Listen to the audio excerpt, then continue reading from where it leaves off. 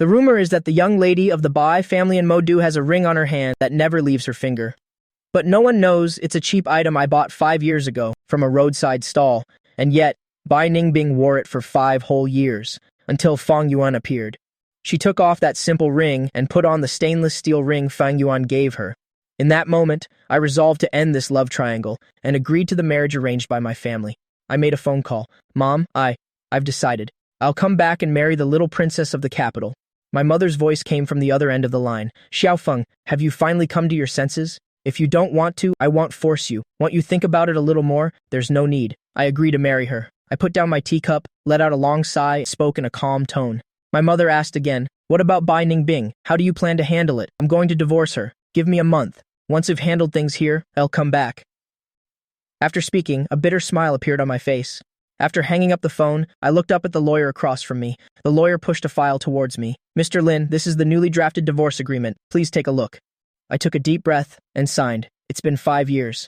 I'm finally about to end this loveless marriage. Mr. Lin, if you have no objections, after both parties have signed, and after the 1-month reconciliation period ends, this agreement will take effect. May I ask if your wife has arrived? The lawyer asked. I was looking over the detailed clauses of the agreement as I replied indifferently, she's not here yet, but I'll make her sign it. Very well, Mr. Lin. If there's anything you don't understand, feel free to call me anytime. The lawyer shook my hand, then stood up and left. Just then, the sharp click of high heels sounded from the door. A stunningly beautiful woman with a tall figure, delicate features, and skin as white as snow walked in. She is my legal wife, Bai Ningbing. What surprised me even more was that there was another figure beside her. Fang Yuan smiled and waved at me. Brother Feng. I looked at his fake expression and said coldly, I don't recall inviting you here, did I? Fang Yuan froze, then pretended to be pitiful. Brother Feng, did I do something to upset you? I frowned. Cut it out. Stop pretending. This trick of yours can only fool Bai Ningbing. It's useless on me. With that said, I lifted my teacup and turned to look out the window, too lazy to pay any more attention to this hypocrite. Seeing this, Bai Ningbing furrowed her delicate brows and snapped coldly, Lin Feng, you're a grown man. Why do you keep picking on Fang Yuan? What has he ever done to you? Then she turned and said gently to Fang Yuan, Don't be afraid. I'm here. Fang Yuan even deliberately acted understanding and advised, Ningbing, don't blame Brother Feng. Perhaps he's just in a bad mood. Don't let me affect the relationship between you two. Hearing his hypocritical words, my stomach churned. Bai Ningbing asked impatiently, Speak. What did you call me here for? The Yin family from Nan province has already sent someone to Tanjiang. I have to go meet them later. I can only give you 5 minutes at most. I sneered inwardly. Just the insignificant Yin family. Then I pushed the divorce agreement towards her. Nothing else. I need CEO Bai to sign this document.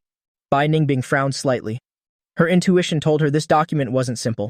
But just as she was about to turn the first page, Fang Yuan beside her suddenly let out a miserable cry. The teacup in his hand fell to the ground and shattered. The scalding tea splashed all over him. Bai Ningbing hurriedly grabbed a napkin, wiping him down, while asking with concern, Are you okay? Did you get burned? What are you standing there for? Bring an ice pack now, she roared at the surrounding waiters. Seeing this scene, I was a little dazed. Bai Ningbing rarely lost her temper before. The last time was 5 years ago, when I went to buy our diamond wedding ring and was mocked by the staff for being too poor to afford it. After she found out, she rushed back from another province, slapped that staff member in front of everyone, bought out all the diamond rings in the store, and declared loudly, Lin Feng is my husband. Anyone who looks down on him is looking down on me. I came back to my senses. I looked at her, whose heart was now filled only with Fang Yuan, and understood that the Bai Ningbing who was sincere with me was long in the past. I'll take you to the hospital first. Bai Ningbing grabbed her handbag and stood up to pull Fang Yuan away. Wait, sign this agreement first. I reined in my thoughts and pointed to the divorce agreement on the table. Without hesitation, Bai Ningbing picked up the pen, flipped to the last page, and signed her name. I frowned and asked, Aren't you going to look at the contents? There's no need. I have to get Fang Yuan to the hospital quickly. Oh, right. I won't be coming home tonight, Bai Ningbing said with a frown, then pulled Fang Yuan and quickly left the tea house. I let out a self-mocking laugh, reached out and took back the document.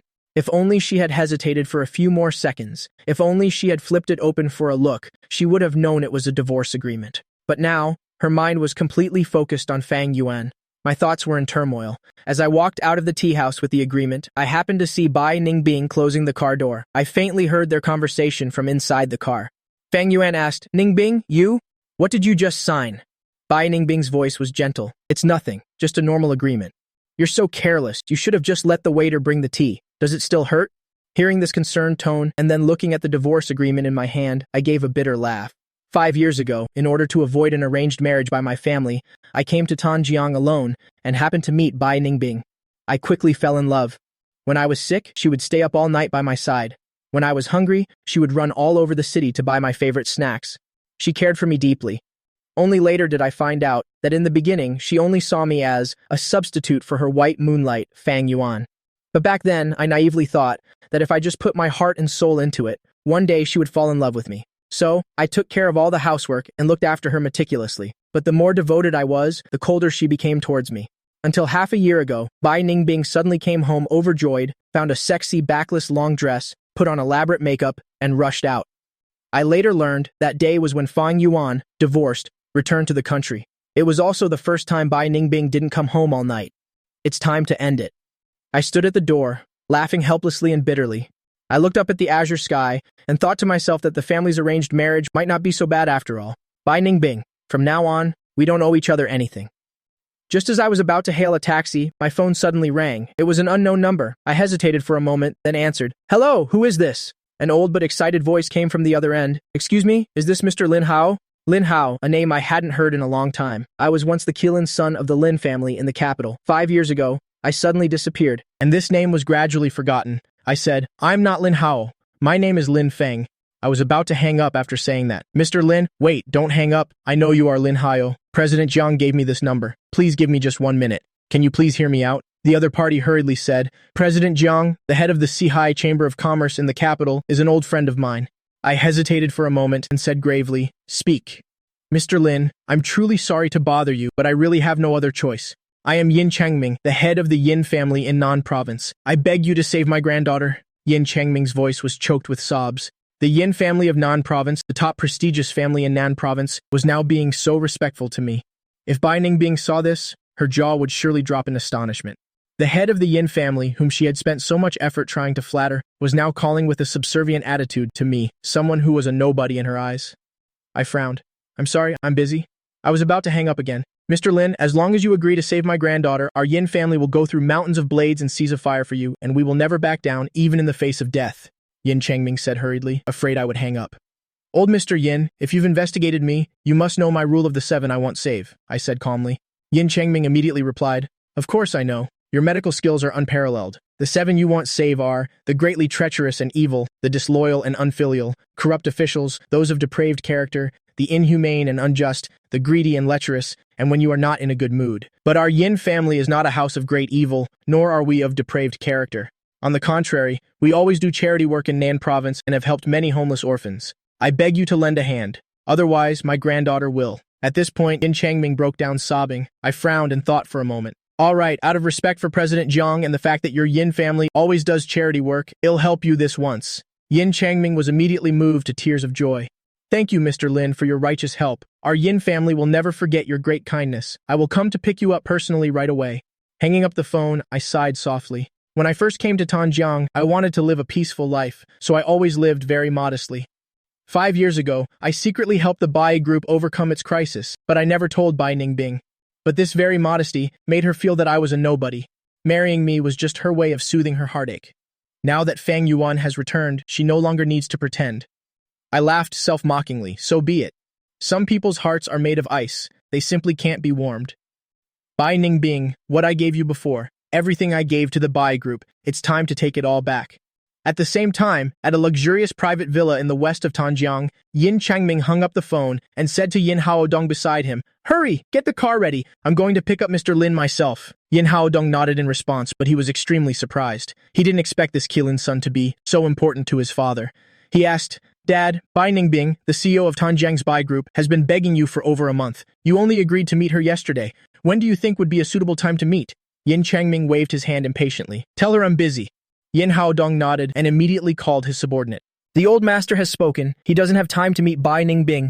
Just say that our Yin family has to visit a distinguished guest. Tell her to go back and wait for news. At this moment, in the CEO's office of the Bai Group, Bai Ningbing was nervously clutching her phone, waiting for an important call. The phone finally rang. She hurriedly answered it. Director Su, how did it go? Did old Yin agree to meet me? Director Shu on the other end of the line spoke with an indifferent tone. I'm sorry, Xiao Bai. Old Yin has to visit a distinguished guest today. He doesn't have time to see you. Let's talk about it later. Bai Ningbing frowned tightly, glancing at Fang Yuan beside her, who was fiddling with a bouquet of red roses, then asked Director Shu, is it convenient to disclose who the distinguished guest Old Yin is visiting is? Director Shu hesitated for a moment. Xiao Bai, I can only tell you that the distinguished guest's surname is Lin. After saying that, he hung up the phone. Hearing the long dial tone from the phone, Bai Ningbing's expression turned ugly. Someone who could make Old Yin visit in person must be a top-tier figure. If I could form a connection with them, then the future of the Bai Group would be secure. But she also knew, figures like that, the small Bai family simply isn't qualified to meet. Fang Yuan comforted her. Ningbing, don't worry too much. I heard that Old Yin came to Tanjiang first to find a project partner, and second, to find a doctor for his gravely ill granddaughter. He won't be leaving right away. We still have a chance. As he spoke, he reached out to take Bai Ningbing's hand. Bai Ningbing just gave a bitter smile and impassively pulled her hand back, brushing back the stray hairs on her forehead. Oh, right. You just returned to the country. Where do you want to eat tonight? I'll take you. I'd rather eat something you made. Fang Yuan noticed her pulling her hand away. The corners of his eyes drooped slightly, but he still forced a smile. In the past, Bai Ningbing was very clingy with him, but now she was deliberately keeping her distance. Bai Ningbing froze. If you don't have time, it's okay. We can eat out too. Fang Yuan's voice carried a hint of disappointment. Seeing this, Bai Ningbing showed a doting look in her eyes. I have time. Let's go. To my place. Wait. Fang Yuan pulled Bai Ningbing, took a photo together in front of the floor-to-ceiling window, and casually posted it on his moments. What are you doing? Bai Ningbing asked doubtfully, Fang Yuan said with a smile. Of course, it's to capture the beautiful moments of us together. While Bai Ningbing went down to the parking lot to get the car, Fang Yuan sent me a WeChat message, like my moments post. Without waiting for my reply, he sent another message. Brother Fang, sorry, sent it to the wrong person. Don't get the wrong idea. Ningbing and I were just taking a simple photo together.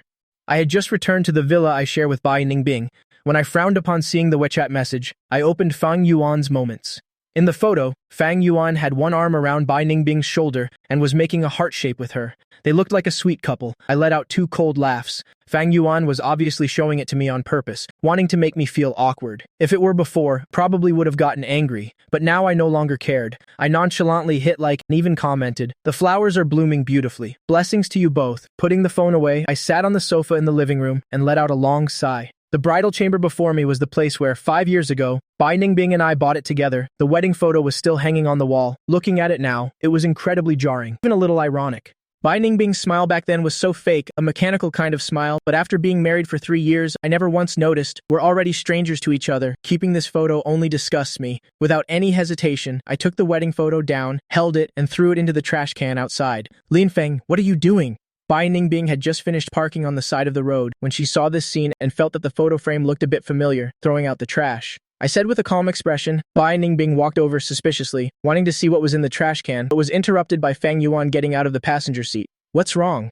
Then, he seemed to have just noticed me and said with feigned surprise, Brother Fang, you're home? What are you doing here? I frowned, sizing up this hypocrite. Brother Fang, you don't welcome me? Fang Yuan looked at Bai Ningbing with a wronged expression. Bai Ningbing didn't look at the trash can and said with dissatisfaction, What right does he have not to welcome you? This is my house, I scoffed, looking at the wronged Fang Yuan and Bai Ningbing who was protecting him, and asked mockingly, Do you mean you want me to leave? The atmosphere immediately became awkward. Bai Ningbing's face fell. Lin Feng, what do you mean? Do you always have to be so unreasonable and make everyone unhappy? I'm bringing Fang Yuan back, just to have a meal together? Don't overthink it. I laughed self-deprecatingly. So you mean you'll personally cook for him? Bai Ningbing was stunned. She was silent for a moment, then said, Fang Yuan just returned to the country. The food outside isn't clean. What if? All right, no need to explain anymore. Just as you said, it's just a meal. I'm not that petty. I chuckled softly and walked into the villa without looking back. Bai Ningbing was left speechless by my words. Watching my receding figure, she suddenly felt that I had become very distant. The me of the past was always 100% obedient to her, Fang Yuan said with feigned remorse. Ningbing, it's all my fault. Maybe I should go, to avoid making Brother Fang angry again. It's fine, don't mind him, come in. Bai Ningbing smiled, but in her heart, she felt I was being too petty. Can't you just see Fang Yuan as a good friend? Pushing the door open and entering the living room, Bai Ningbing noticed at a glance that the wedding photo on the wall was gone. She immediately asked me coldly as I sat on the sofa reading documents, Where's the wedding photo? It was a bit of an eyesore and taking up space, so I put it away. My voice was calm and cold. Bai Ningbing immediately bristled. Lin Feng, what do you mean? That's our wedding photo. What right do you have to just put it away? Hang it back up right now. I gave a cold laugh. It's in the trash can outside. Go dig it out yourself. After I said that, I just raised an eyebrow at her and said nothing more. She disregarded my feelings, brought Fang Yuan to our bridal chamber, and even wanted to cook for him personally, and now she's concerned about a wedding photo. I really can't understand it. I was even curious if she knew she had signed the divorce agreement and that in a month, I would marry the young miss of the Tang family in the capital. What her reaction would be. I'm sorry. I'm tired, I said coldly. Bai Ningbing frowned slightly and was about to get angry when Fang Yuan came up from behind, peeking his head in to survey the house's layout, and asked with a smile, Ningbing, is this your and brother Fang's bridal home? It's not bad. I remember you once told me that, if we got married, we would decorate our bridal home just like this. The moment he finished speaking, the atmosphere in the living room instantly froze. Bai Ningbing's face stiffened, and she looked awkwardly at me sitting on the sofa. However, there wasn't a trace of dissatisfaction on my face. I didn't even ask a single question. In that moment, Bai Ningbing's heart ached. Lin Feng, I'm sorry. Fang Yuan also pretended to apologize. Brother Feng, I didn't mean it. But he couldn't hide the smugness in the depths of his eyes. I gave a cold laugh, my expression frigid. I said nothing more. All right, didn't you want to go cook for him? Then I won't disturb you anymore. I have somewhere to be, so I'll leave first. Where are you going? Bai Ningbing was a little worried. In the past 5 years, I had never been as unusual as I was today, so calm. This indifferent attitude made her restless, even a little panicked. To meet a friend, I said nonchalantly. Bai Ningbing frowned. A friend? What friend? Since when do you have friends? Why didn't I know, Sio Bai? This is my personal business. I don't need to report it to you. I coldly walked out the main door. The sound of the door slamming shut made Bai Ningbing in the living room jump. Her expression grew even uglier, and she clenched her fists. Seeing that I had left, Fang Yuan said with a feigned sense of aggrievement, Ningbing, are you okay? Did I say something wrong to make Brother Fang angry? Should I go find him and bring him back? But the smugness and cold smile in his eyes had long since revealed his true intentions. Next would be his and Bai Ningbing's world for two. I'm fine. Bai Ningbing frowned and let out a sigh. Her complicated gaze looked towards the door. So what are we eating tonight?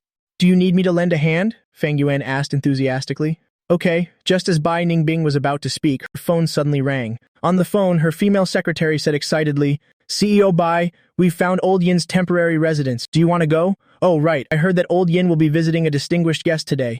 If we're lucky, we might get to meet that big shot. All right, I know. You'll be there in a bit. Bai Ningbing hung up the phone and looked at the beaming Fang Yuan. She said apologetically, Fang Yuan, I'm sorry, I don't have time to cook for you today. Something urgent came up at the company. I have to make a trip.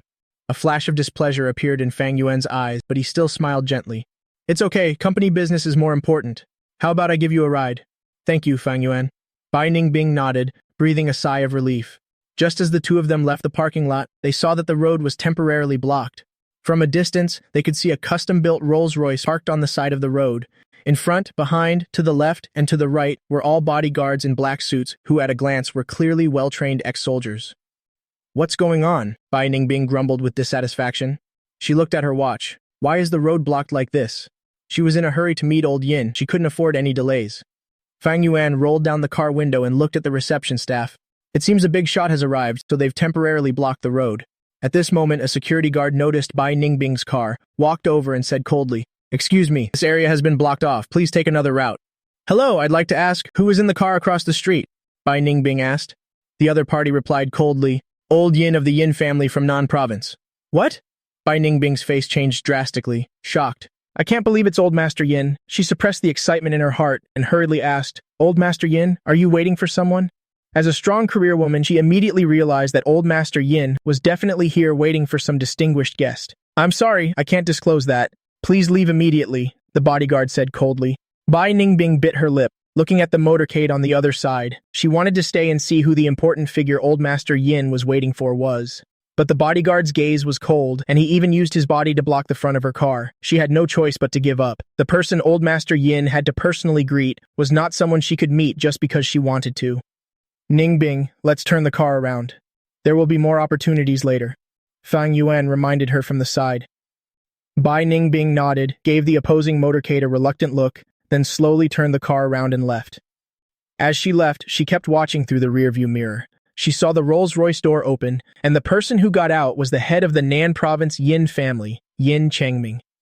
Just as she wanted to get a clear look at who Old Master Yin was greeting, she suddenly saw my figure appear in the rearview mirror. Bai Ningbing sat in the car, her eyes wide, staring at me in the rearview mirror with a shocked expression.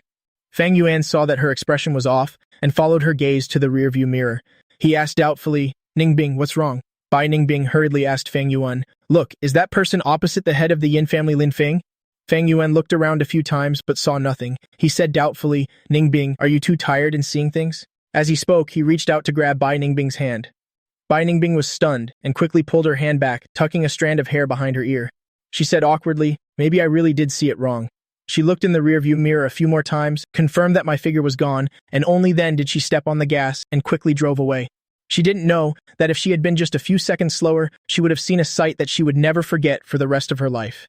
Yin Chongming and Yin Haodong quickly ran up to me, bowed deeply at a 90-degree angle, and respectfully and humbly called out, "Mr. Lin?"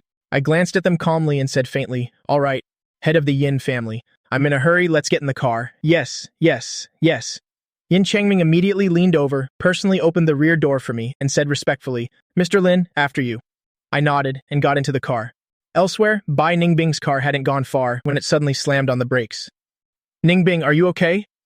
"You look like you're completely out of it," Fang Yuan asked with concern. Bai Ningbing gripped the steering wheel tightly. "No, this is a once-in-a-lifetime opportunity. Even if I leave a bad impression on Old Master Yin, I have to meet him. And that VIP that even Old Master Yin had to personally greet." After speaking, she abruptly turned the wheel, the car made a U-turn, and chased after the motorcade. With a long screech, Bai Ningbing's car directly blocked the motorcade. Inside the Rolls-Royce, Yin Haodong hurriedly slammed on the brakes and asked nervously, "Mr. Lin, Dad, are you two okay?" Yin Changming shook his head, looked at the person blocking the car ahead with displeasure, and yelled, "Who dares to drive like that?" Then, he saw getting out of the car a tall woman with a cool and charming aura. It was Bai Ningbing. My eyes narrowed slightly, watching Bai Ningbing run towards the front of the car. I wondered to myself, why is she here? Could she have discovered something? Bai Ningbing ran quickly, but when she was still 5 meters from the motorcade, she was stopped by a bodyguard with a cold expression. She said hurriedly, "Old Master Yin, I am Bai Ningbing, the CEO of the Bai Group. I've made appointments to see you before to discuss cooperation." In the car, Yin Changming's face turned livid. "What? Bai Group? Never heard of it." He had gone through so much trouble to invite the Keelan's son, Mr. Lin. If this car-blocking incident angered me, it would be a huge problem. Yin Haodong immediately replied, "Dad, she is Bai Ningbing, the CEO of the Bai Group that I told you about before. She's made a few appointments, but you rejected all of them, so it's her. Quickly, tell her to leave," Yin Changming said, annoyed. "Yes," Yin Haodong replied, got out of the car and walked up to Bai Ningbing. He said impolitely, "CEO Bai, it's very rude of you to block our car like this. If you have any business, make an appointment with my secretary. Please move your car immediately and don't obstruct our motorcade." After speaking, he turned to get back in the car. Bai Ningbing hurriedly pushed the bodyguard aside and chased after him, saying, "CEO Yin, please wait. I apologize for my audacity. I heard that Old Master Yin is meeting an important person today. I truly had no other choice but to do this. I just want to ask, is the important person you and Old Master Yin are meeting in the car? Could I possibly meet them for a moment? If not, leaving my business card and contact information would also be fine." The Bai Group was on the verge of collapse. She had no more time to wait. Yin Haodong stared at Bai Ningbing with displeasure and said coldly, "CEO Bai, you're quite well informed. That's right, my father just picked up that important person. As for whether he wants to meet you or not, or whether he wants to accept your business card, I can't decide. Then please, CEO Yin, pass on my request," Bai Ningbing pleaded. Yin Haodong sized up Bai Ningbing. She was indeed, as rumored, a famous beauty in the Tanjiang business world. He had met too many people who bowed and scraped before him. Bai Ningbing was the first to dare to block his car. So he decided to give her a chance. Just this once. There won't be a next time. After speaking, he walked to the back seat and said to the slightly open car window, "Mr. Lin, that CEO of the Bai Group wants to meet you. If you don't want to meet her, would you like to accept her business card?" I sat in the back seat, calmly watching the anxiously waiting Bai Ningbing and Fang Yuan next to her, handing her a tissue to wipe her sweat. I said in a cold voice, "No need, let's go." Yin Haodong nodded, turned around and said to Bai Ningbing, "I'm sorry, Mr. Lin doesn't want to meet you, nor does he want to accept your business card." Bai Ningbing shuddered. She had originally thought that with her looks, the other party would at least accept her business card. Who would have thought this important figure would be so cold? Unresigned, she asked, "CEO Yin, then may I ask the name of the important person? In the car?" Yin Haodong replied casually, "His name is Lin Hao. Hurry up and go. Don't waste Mr. Lin's time." Yin Changming suddenly stuck his head out of the car and urged impatiently. "Coming," Yin Haodong replied, and quickly ran back to the car.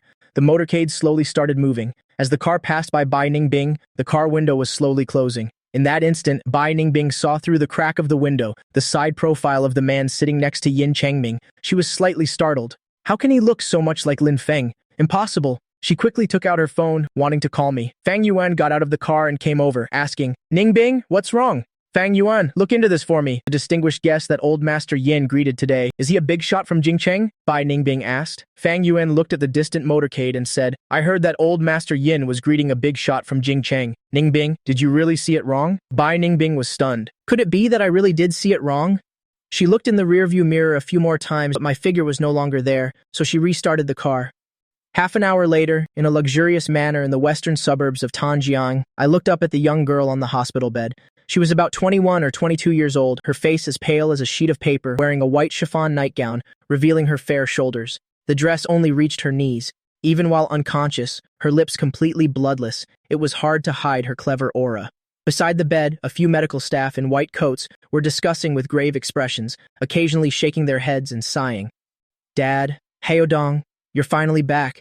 These quacks can't even figure out what's wrong with Hexue. At this moment, a woman in her 30s with eyes red and swollen from crying hurried over. She was the girl's mother, Lin Yuelin. Old Master Yin, I'm truly sorry. We've done our best. The young lady's condition is too complicated. We can't find the cause even with the most advanced equipment.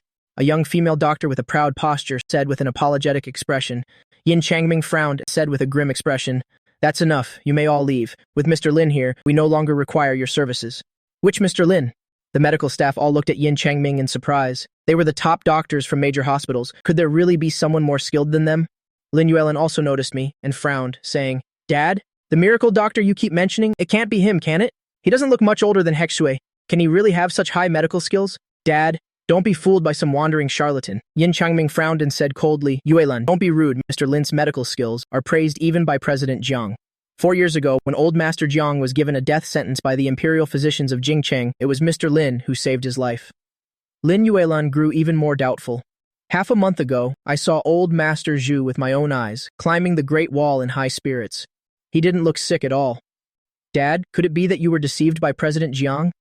After speaking, she turned to me again and questioned in a cold voice, Do you really know medicine? I know a little, I replied calmly.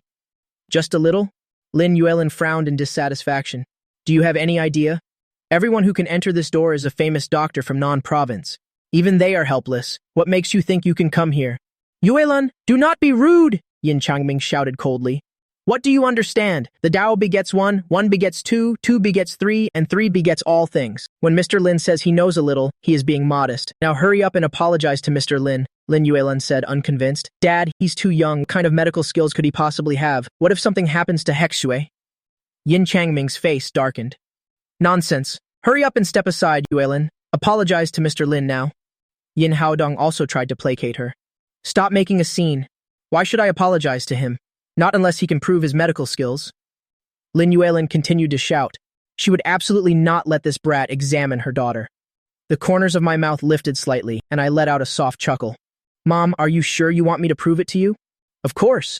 Lin Yuelin's gaze was firm, she replied in a cold voice. I clasped my hands behind my back and said frankly, If I'm not mistaken, Mom, it's been nearly a year since you've had any marital relations, correct? What nonsense are you talking about? Lin Yuelin's face turned beet red, awkwardly defended herself.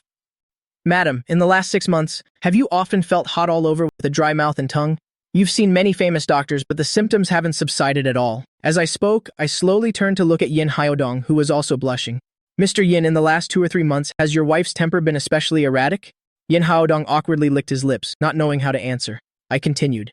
Actually, at you and your wife's age, marital relations not only provide mental refreshment, but can also balance yin and yang. Being abstinent for too long is actually detrimental to your wife's health. Lin Yuelin still wanted to argue, but Yin Haodong pulled her back. He nodded repeatedly. Thank you for your guidance, Mr. Lin.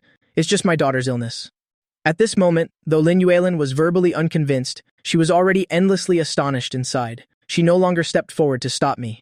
I walked up to the hospital bed, and after a thorough examination, I frowned. Yin Hexue wasn't sick at all. She was afflicted with a goo poison. The art of goo has always been secretive, and ordinary doctors would never be able to detect it. Fortunately, I have some knowledge of goo arts myself. Mr. Lin, what exactly is wrong with my granddaughter? Seeing me frown without speaking, Yin Changming asked anxiously, Goo poison. I stared at the unconscious Yin Hexue and said in a deep voice, What? Goo poison? Upon hearing those two words, everyone from the Yin family and the medical staff gasped in unison. After a moment of shock, Lin Yuelin suddenly sneered, "Hao Dong, Dad, is this the doctor you two found? Gu poison? I think he's just a charlatan. He couldn't figure out what's wrong with Hexue, so he just made something up." The other female doctor and medical staff members all smiled without saying a word. Yin Haodong frowned, his expression dark. "Yuelan, that's enough. Mr. Lin isn't like that." Just then, a cold voice came from outside the door. "When you can't find the cause of an illness, you use Gu poison to cover it up. How ridiculous." A slender young woman walked into the room, followed by a young man. The woman's figure, looks, and aura were all top-notch. "Brother-in-law, everyone, look who have brought." The young man was Yin Changming's brother-in-law, Lin Zidong. Yin Haodong immediately went to greet her. "Divine Dr. Shen, you're here." Shen Mengran nodded politely. To get her to come, Lin Zidong had gone to great lengths. Yin Changming also said politely, "Divine Dr. Shen, I have long admired your reputation." Shen Mengran just smiled and nodded at him, then looked at me. She said with disdain, "Did you just say Miss Yin was afflicted with a Gu poison? How could you utter such a childish lie?" Yin Changming hurriedly tried to smooth things over. "Divine Dr. Shen, you've misunderstood. This Grandmaster Lin is also very capable." Hearing the word Grandmaster, Shen Mengran frowned and said with displeasure, "What era are we in? And there are still people calling themselves Grandmaster to swindle others. What Gu poison? I don't care who you are. Deceiving a patient's family like this is a morally reprehensible act." I raised an eyebrow and asked coldly, "Then what is your diagnosis, Divine Dr. Shen?" I reviewed the patient's records before I arrived. Based on my assessment, Miss Yin is simply in shock due to qi and blood stagnation, Shen Mengran said decisively.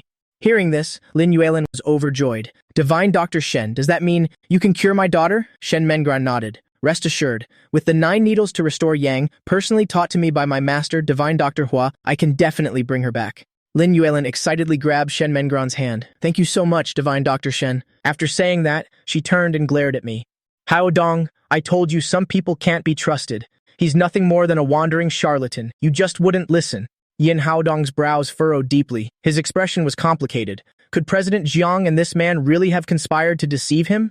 If so, he would definitely not let President Jiang off the hook. I looked over at Shen Mengran. I warned her in a cold tone. "Let me give you a piece of advice. Silver needles invigorate blood circulation. If you perform acupuncture on Miss Yin now, it will only backfire. It will accelerate the activation of the Gu poison inside her. If I'm not mistaken, after you insert the needle, she will vomit fresh blood and die suddenly."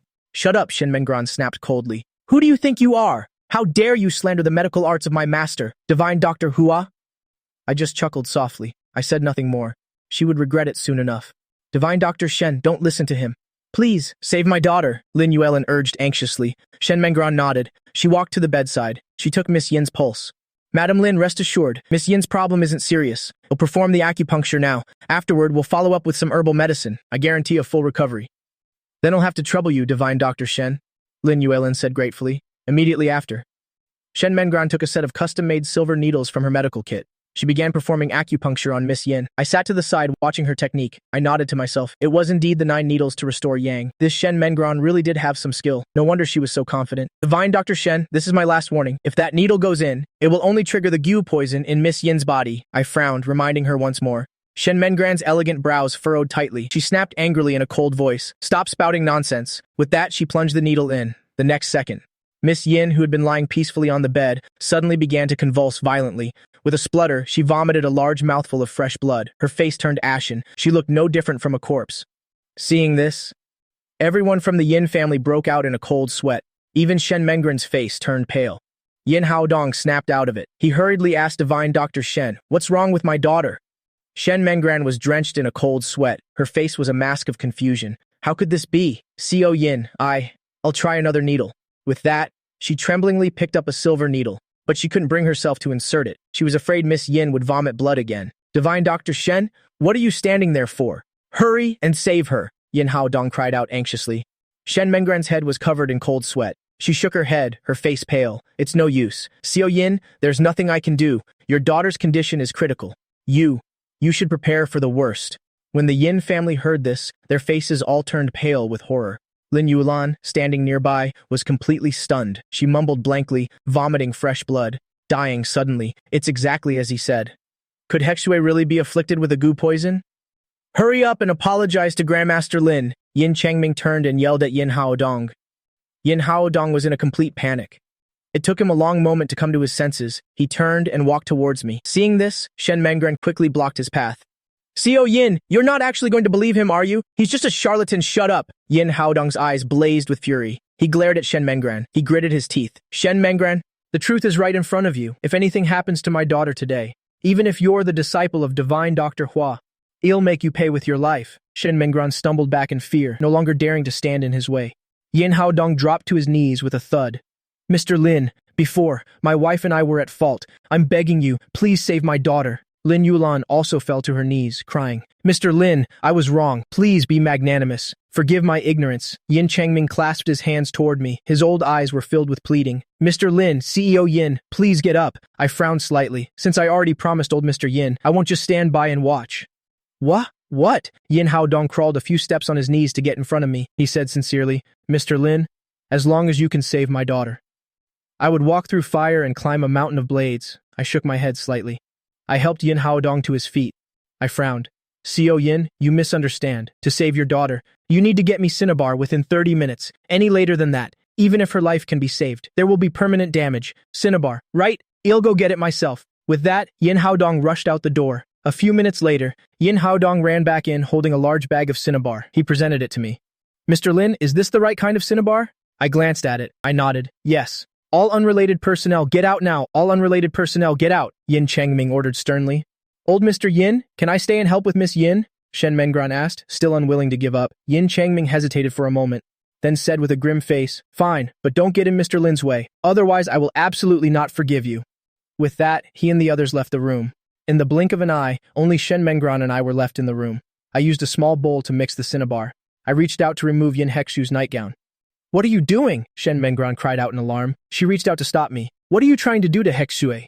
I frowned. I said, displeased. Would you rather do it? Shen Menguan bit her lip. She frowned. Go on. But I'm warning you. If you dare do anything improper to Miss Yin, I won't let you off. Couldn't be bothered to waste words. I quickly removed Yin Hexu's nightgown. A soft, alluring figure was revealed. I took a deep breath. Using paper as a brush, I dipped it in the Cinnabar and began to draw a talisman on her body. Her skin was soft and smooth, like silk. It was clear she was well cared for. When the evil-suppressing talisman was complete, a black thread slowly appeared on Yin Hexu's chest. Seeing that black worm-like thread writhing, Shen Menguan, who had been so suspicious of me before, stared with wide, astonished eyes. What is that? Is it really a goo parasite? I smeared some Cinnabar onto my palm. I pressed it against the afflicted area on Yin Hexua's skin, slowly pushing upwards. As I did, I asked, Scalpel? Shen Menguan quickly handed me the scalpel. I made a small incision with the blade. I cut the skin just below Yin Hexu's collarbone. The next second, a jet of black blood shot out. A black goo parasite tried to crawl out of the incision. Shen Menguan saw the foot-long, black poisonous parasite. She was so scared she collapsed to the floor and screamed, What's going on? Hearing the scream, Yin Haodong and Lin Zidong burst through the door at the same time. But when they saw the scene before them, both were utterly stunned. I held a scalpel in one hand. My other hand was pressed on Yin Hexu's shoulder, and Yin Hexu's clothes were long gone. Lin Yuelin's eyes immediately widened. She shrieked piercingly, Mr. Lin, you! What have you done to my daughter? Lin Zidong gnashed his teeth and cursed, You, surnamed Lin, how dare you use treatment as an excuse to molest my niece? Yin Haodong's expression also became extremely gloomy. His anger was about to erupt. That's his daughter, after all. Mr. Lin, you had better give me a reasonable explanation, facing everyone's suspicion. I wasn't bothered in the slightest. This is the crucial moment. Although the goo worm has appeared, but with just one small mistake, it will crawl back into Yin Hexu's body. At that point, saving her will be much more difficult. The scalpel in my hand traced a silver arc. The tip of the blade aimed straight for the goo worm. With a flick of my wrist, I pried it up. That black 1-foot-long goo worm was plucked out of Yin Hexu's body by me. As soon as the worm hit the ground, it began to twist frantically and crawl towards Shen Menguan. Shen Menguan was already so scared she had collapsed to the ground. Seeing this, she let out another scream. Her delicate little face instantly flushed red. She was so scared that she wet herself. Just as the goo worm was less than a meter away from Shen Menguan, I suddenly grabbed a handful of Cinnabar and scattered it. Sizzle. In an instant, the black goo worm, right before everyone's eyes, dissolved into a pool of bloody pus. Everyone present involuntarily gasped. Miss Shen, are you all right? Lin Yuelin hurried forward to help her up. Shen Menguan was still terrified and hadn't composed herself. I'm fine.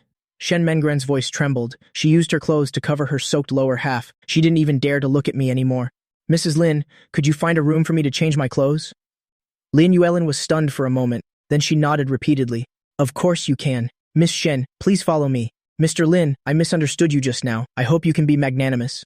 Yin Haodong looked at the pool of bloody pus on the ground. He said embarrassedly, "If I hadn't seen it with my own eyes, he wouldn't have dared to believe any of this was real." I waved my hand lightly. "It's nothing. In 3 minutes at most, Miss Yin will wake up." "Really?" Yin Haodong and Yin Chengming were immediately overjoyed. Just then, a faint cough was heard. The unconscious Yin Hexue slowly opened her eyes. "Hexue, you're finally awake." Yin Chengming and his son, along with the medical staff, quickly surrounded her. I'm just a little hungry." Yin Hexue furrowed her beautiful eyebrows. She subconsciously touched her chest. "It hurts so much. It feels like someone was massaging it all night."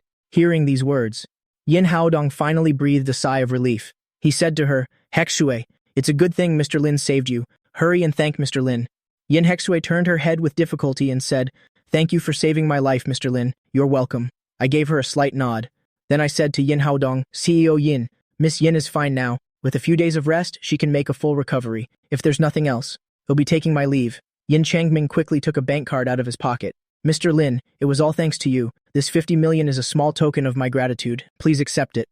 I smiled and shook my head. "There's no need. If it weren't for President Jiang's sake, I wouldn't have intervened. You should keep this money. A mere 50 million is nothing in my eyes." Yin Changming saw this. He frowned slightly, realizing he had just been a bit tactless. His eyes darted and he said, "Mr. Lin, a few days ago I happened to acquire an item. Perhaps you might like it. Please, follow me." With that, Yin Changming led me into the study. He took a wooden box from a bookshelf cabinet. He opened it carefully. Inside was a palm-sized jade-green bronze cauldron. My eyes lit up. "The medicine god cauldron, Mr. Lin. This thing is of no use to me, but I believe it will be of great use in your hands. If you don't mind, please accept it." Yan Chengming said. He held the wooden box out in front of me. I frowned slightly. "This isn't quite right. A gentleman does not take what another man cherishes. The value of the medicine god cauldron is beyond measure. Mr. Lin, please don't be so polite. Compared to Hexu's life, this medicine god cauldron is fundamentally nothing." Yin Chengming said. He bowed deeply to me. Seeing his sincerity in gifting it, I no longer refused. I took the medicine god cauldron. "In that case, thank you for your generosity, old Master Yin." Seeing me accept it, Yin Chengming smiled and said, "You're too polite, Mr. Lin. A fine sword is given to a hero. It's just that this old man has one more unreasonable request. I hope you can agree to it." I raised an eyebrow. "Please speak, old Master Yin." "Tomorrow morning, our Yin family will be holding at the Tianyi Hotel a pharmaceutical investment conference. At that time, we will select a partner company from dozens of pharmaceutical groups in Tanjiang. But our Yin family has just entered the pharmaceutical field and lacks connections. We would like to invite Mr. Lin to attend as a guest, to help us evaluate the formulas and finished medicinal products that those companies provide to see if they are truly reliable." Yin Changming looked at me with sincere eyes. I hesitated for a moment and nodded. "All right, I happen to have nothing to do anyway. You'll consider it a leisurely outing." Yin Changming was overjoyed. "Thank you, Mr. Lin. I will definitely come to pick you up myself then. Haodong, personally escort Mr. Lin home." I frowned. "CO Yin, there's no need to see me off. You'll just find a hotel nearby to stay at." Both Yin Changming and his son revealed looks of confusion. "Mr. Lin, you are?" I gave a bitter laugh. "It's nothing, just preparing for a divorce. I don't want to see her." "Divorce?" Yin Changming and Yin Haodong were both stunned. Immediately after, Yin Changming hurriedly took a set of keys from his pocket. "Mr. Lin, it was my lack of consideration. These are the keys to the Tanjiang Garden Villa. It's worth 300 million, a gift for you." Before he could finish speaking, I had already shaken my head. "There's no need. After the divorce cooling-off period ends, I will return to Jingcheng. Old Master Yin doesn't need to go to such expense." Yin Changming gave a forced laugh. "Mr. Lin, even if it's just for a few days' stay, it's still more convenient than a hotel. At worst, you can just return it to me later." After saying this without waiting for me to refuse, he said to Yin Haodong, "Haodong, personally take Mr. Lin there, then send a few housekeepers to clean it up." Yin Haodong took the keys. "Mr. Lin, let's go." It's hard to refuse such hospitality. I had no choice but to nod. "CO Yin, I'm going to the restroom for a moment." "All right, I'll wait for you at the door," Yin Haodong said. A few minutes later, I had just stepped out of the restroom when I ran into Bai Ningbing and Fang Yuan waiting at the door. "Lin Feng, why are you here?" Bai Ningbing looked at me in astonishment. I frowned slightly. Looking at them, I said coldly, "Where I am has anything to do with you?" Bai Ningbing was stunned. My cold attitude made her feel estranged. "Lin Feng, do you know what you're saying? I'm asking you why you're here. Are you stalking me? Stalking you? Are you sick?" I shot her a glare, feeling baffled. "We've been married for several years. I have never disliked her as much as I do now. If you're not stalking me, then why did you show up here?" Bai Ningbing frowned, sizing me up. She's the CEO of the Bai Corporation. Even for her, meeting Old Master Yin is as difficult as climbing to the heavens. How could Old Master Yin possibly let a good-for-nothing like you in? What if you snuck in here and offended Old Master Yin? The entire Bai Corporation will be doomed forever. What you think is your business. I have no obligation to explain. Please move aside, I said with a displeased expression. Lin Feng Bai Ningbing reached out and grabbed my arm. She said resentfully, I've already explained to you many times. There's really nothing going on between me and Fang Yuan. We've been busy with company matters this whole time. Why can't you just understand? Stalking me like this is going too far. I let out a soft laugh. So busy you don't even come home to sleep? You two can take your time being busy. I have things to do, so I'm leaving. After saying that, I intended to leave. Fang Yuan blocked my path. He said with a gentle smile, Brother Feng, perhaps you've really misunderstood me and Ningbing. We really are busy with proper business. Besides, that night, I shot him a cold glance and interrupted coldly, what you two did that night, I have no interest in hearing about it. Move. With that, I shoved Fang Yuan aside forcefully and walked towards the black car at the entrance. Fang Yuan was pushed back several steps. He nearly bumped into the potted plant by the door. Fortunately, Bai Ningbing quickly pulled him back. Fang Yuan, are you okay? Fang Yuan said with a wronged expression. I'm fine. Brother Feng probably misunderstood us again. It's fine for me to suffer a little injustice. It wouldn't be good if it affects your relationship. How about I come to your house to apologize another day and explain everything clearly to him? Bai Ningbing snorted and called out loudly, Lin Feng, you stop right there. What right do you have to treat Fang Yuan like that? Do you have any idea how much effort he's put in to help me win the contract with the Yin family? And you? Besides stalking me and suspecting me, what else have you ever done for me? You come back here and apologize to Fang Yuan? I just snorted coldly. I opened the car door and got in, watching the car slowly start. Bai Ningbing's expression was extremely ugly. She only had a few meals with Fang Yuan, watched a few movies and saw the sunrise a few times. They are childhood sweethearts. Why do you have to be so petty? Seeing Bai Ningbing's ugly expression, Fang Yuan sighed softly. Ningbing, don't blame Brother Feng anymore. I think he might have heard about your company's situation, so he came to find connections because he wanted to help. It's just that his methods are a bit self-righteous.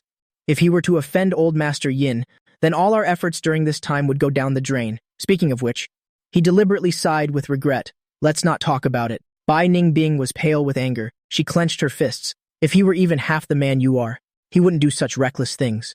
She was truly exhausted right now. It's one thing for him to not be able to help, but he even goes around causing trouble. She didn't know how to maintain this marriage anymore. Just as Bai Ningbing was lost in thought, Fang Yuan's phone suddenly rang. He looked at the caller ID. A look of joy appeared on his face. It's Manager Shu calling. Hurry and answer. Ask him if he can find a way for us to meet Old Master Yin. Bai Ningbing's annoyance was swept away. She said, full of expectation. Fang Yuan pressed the answer button. Manager Xu, you were looking for me? On the phone, Manager Shu said, don't you want to cooperate with our group? Tomorrow morning at 10 a.m. at the 11th floor conference hall of Tianyi Hotel, Old Master Yin and CEO Yin will personally preside over the signing ceremony. Whether you can sign the deal or not will depend on yourselves. He hung up right after speaking.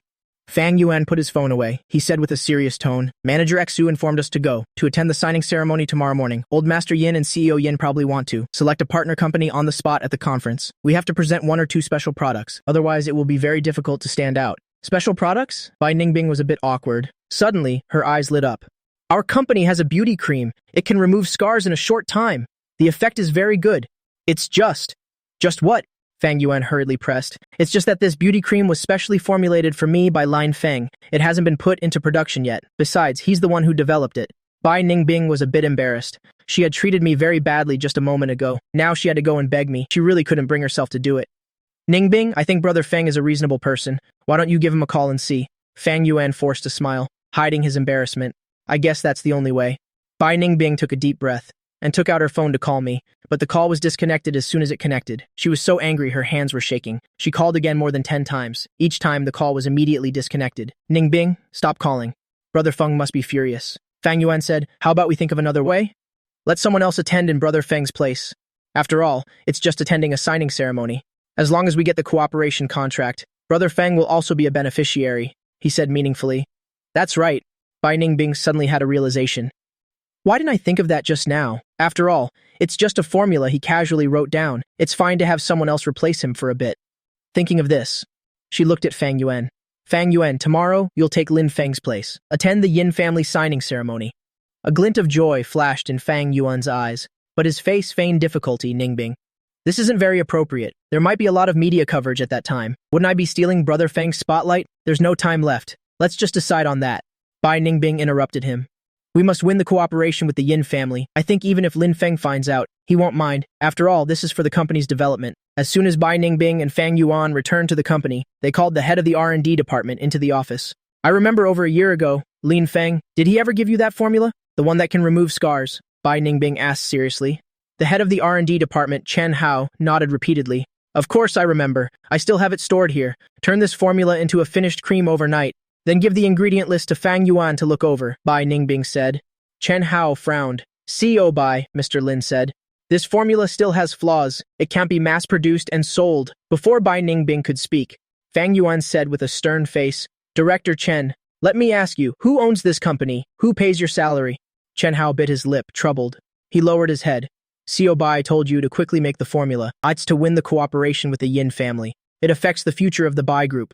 As a company employee, you should give your all for the company's development, understand? After Fang Yuan finished speaking, he turned back to look at Bai Ningbing. Ningbing, am I wrong? Bai Ningbing smiled at Fang Yuan, then said to Chen Hao, Director Chen, just do as I say. Chen Hao took a deep breath and had no choice but to nod. All right, I'll get on it right away. After saying that, he quickly walked out of the office. But he couldn't shake the feeling that something was wrong. I had said the formula had flaws, but I didn't specify what the flaws were. At this time, in the Namjiao Villa, I was on a video call with a middle-aged man on the other end. The man on the screen was over 40 years old. He had a dignified appearance. It was my father, Lin Guolong. Xiaofeng, old Master Tang, has suddenly fallen gravely ill. The matter of your marriage to the young miss of the Tang family, I'm afraid it will have to be postponed for a while. Lin Guolong looked at me with a heavy expression. He paused for a moment, then spoke again. If you don't have anything important going on, you should come back quickly to treat old Master Tang. Perhaps? Before he could finish, I interrupted him. Dad, I don't owe the Tang family anything. Agreeing to marry her was only to save face for you and Grandpa. Why should I go all that way back to treat old Master Tang? Seeing me refuse so bluntly, Lin Guolong understood his son's temperament. He didn't say any more. Fine, if you won't treat him, you won't treat him. Oh, right, when are you coming back? A month or a month and a half, I said thoughtfully. Why so long? It's not because of that woman, is it? Lin Guolong frowned. His tone was a bit displeased. Because of her? I chuckled softly. I wouldn't waste a month because of her. As for the specific matter, Dad, don't ask anymore. Just take good care of Mom. I have another call coming in. I'm hanging up now. After saying that, I hung up the phone. Seeing the caller ID was Chen Hao, I answered the call. What is it, Brother Feng? Do you remember a year ago after CO Bai injured her ankle? You formulated that remedy to help her remove the scar? Chen Hao's voice was very respectful. I remember. What's wrong? I said coldly. CO Bai told me to immediately turn that formula of yours into a cream, and also said. Chen Hao explained all of Bai Ningbing and Fang Yuan's intentions. He recounted Bai Ningbing's and Fang Yuan's plan to me in detail. I chuckled and shook my head. It's fine, just do as they say. I have my own way of handling it. This cream won't make it to the market. Ah, then I'm relieved. Sorry to bother you, Brother Feng. After speaking, Chen Hao hung up. I put down the phone. I was just about to get up and find something to eat in the kitchen. The phone rang again. The caller ID showed Lin Qingyue. I frowned. She is Bai Ningbing's best friend, and also the CEO of Lin Pharmaceuticals. Years ago, she pursued me along with Bai Ningbing. It's just that I chose Bai Ningbing in the end. After getting married, I almost never contacted her again. After hesitating for a moment, I still answered the phone. I thought you wouldn't answer my call again. A clear female voice came from the other end. If you have something to say it quickly. I'm still hungry. I frowned. Treating the young miss of the Yin family this afternoon drained quite a bit of my energy. I'm really hungry now. What a coincidence, I'm hungry too. How about we go get a meal together? Lin Qingyue seized the opportunity to suggest. Not going. I refused decisively. Back when Lin Qingyue was pursuing me, she did a lot of crazy things. I don't want to get involved with her anymore. Aren't you already planning to divorce? Why are you still keeping such a distance? Lin Qingyue said, dissatisfied. How do you know? I was full of surprise. Of course I know. Lin Qingyue deliberately dragged out her words. Fine, I'm hanging up. Just as I was about to hang up, she said, Wait, Lin Qingyue said hurriedly. Let me show you something. Maybe you'll change your mind. After speaking, she sent a picture over. I frowned and opened the picture. In it were Bai Ningbing and Fang Yuan, hand in hand, walking on the beach. The timestamp showed it was from 3 years ago. But wasn't Bai Ningbing pursuing you at that time? What do you think? Isn't it shocking? I have a lot more. As long as you agree to have dinner with me, I'll tell you everything I know, Lin Qingyue said. A cold glint flashed in my eyes. I let out a heavy breath. Fine. You set the time and place. 7 p.m. tonight. Tianyue Restaurant, Emperor Room number 1. Be there or be square. Lin Qingyue happily hung up the phone. Half an hour later, I walked into Emperor Room number 1 on time. Haven't seen her in 3 years.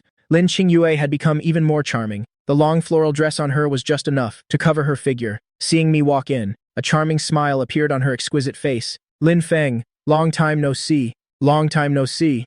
I politely extended my hand. Lin Qingyue, who had intended to hug me, was taken aback. She shook my hand with a hint of disappointment. Sit down, order whatever you want to eat. After sitting down, Lin Qingyue handed me the menu. I casually ordered a few of my usual favorite dishes. I took a sip of water and looked at her. You're looking for me because of the cooperation with the Yin family, right? Lin Qingyue was stunned for a moment. I didn't expect you to be so direct. Others may not understand you, but how could I not know? With your medical skills, it's not hard to come up with one or two formulas. I heard that Bai Ningbing injured her ankle a year ago. If it weren't for your formula, she would have had a scar long ago, for the past 3 years. Although she hasn't contacted me, she has always been secretly following my news. Why should I help you? I looked up at Lin Qingyue. My tone was cold. I can provide you with evidence. To help you take back everything that belongs to you, Lin Qingyue said. She opened her social media feed and handed the phone to me. Look, these are her posts from the past few years. As expected, there was a lot of content that I couldn't see. I also know. Over the years, many of the Bai Group's flagship products were actually researched and developed by you, even by normal cooperation standards. You should have at least half of it. I ignored what she said. I lowered my head and scrolled through Bai Ningbing's social media feed. One by one, photos of Bai Ningbing and Fang Yuan on the beach. Photos of them strolling, holding hands, and shopping appeared before my eyes. Doesn't it hurt your heart? Lin Qingyue said. Let me tell you another secret. Everyone else can see these photos, including her parents and friends. Only you can't see them. I let out 2 cold laughs. Only now did I understand why the last time I went with Bai Ningbing to attend her class reunion. Everyone looked at me with strange eyes. Hundreds of intimate photos of Bai Ningbing, with Fang Yuan on her social media, were like knives stabbing into my heart. I put the phone down and looked at Lin Qingyue. What's the point of showing me these things now? Everything about her has nothing to do with me anymore. I just don't want you to continue being deceived. Lin Qingyue said. Lin Feng, as long as you provide our company with formulas like the ones the Bai Group has, I can give you a 30-70 split. 70 for me, 30 for you. How about it? Seeing that the photos couldn't make me angry, she had to play her final card. Normally, I should be furious right now. I let out a soft laugh. I looked at her and said, to cooperate with me, the Lin family isn't qualified yet. After speaking, I slowly stood up and walked out of the private room. When I reached the door, I suddenly stopped. However, I can give you a blood pressure lowering formula, but you only have 1 night to make it. Whether you succeed or not is up to you. After speaking, I wrote a prescription and threw it on the table, then quickly walked out of the room. Lin Feng, wait!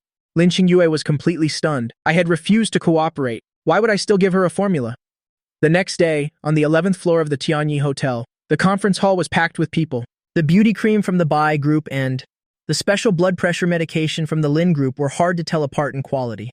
Even the Yin father and son found it difficult to make a decision. Didn't I tell you to send someone to pick up Mr. Lin? Why isn't he here yet? Yin Changming frowned deeply. He said to Yin Haodong with dissatisfaction, Dad, there's traffic on the road. Mr. Lin won't be here for another 10 minutes or so, Yin Haodong said helplessly. But with so many people watching, we can't wait another 10 minutes.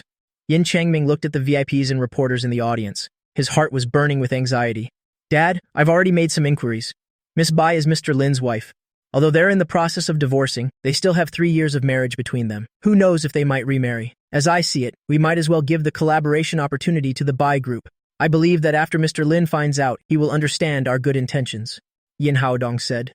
Yin Changming nodded repeatedly. Makes sense? Then you should make the announcement. Yin Haodong stood up and said, Although the blood pressure medication from the Line Group has remarkable effects, after careful consideration, we have decided to officially sign the contract with the Bai Group. In the audience, Bai Ningbing and Fang Yuan were immediately overjoyed. Next, please welcome the researcher of this beauty cream, Mr. Fang Yuan, along with the CEO of the Bai Group, Miss Bai Ningbing, to the stage to complete the signing ceremony. Yin Haodong announced, Thank you, President Yin, for your favor.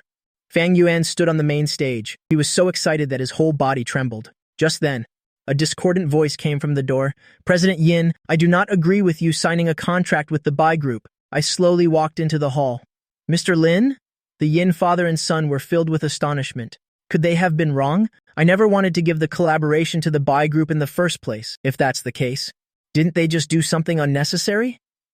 The moment Fang Yuan, under the stage lights, saw me, his expression immediately turned ugly. Why didn't you come earlier or later?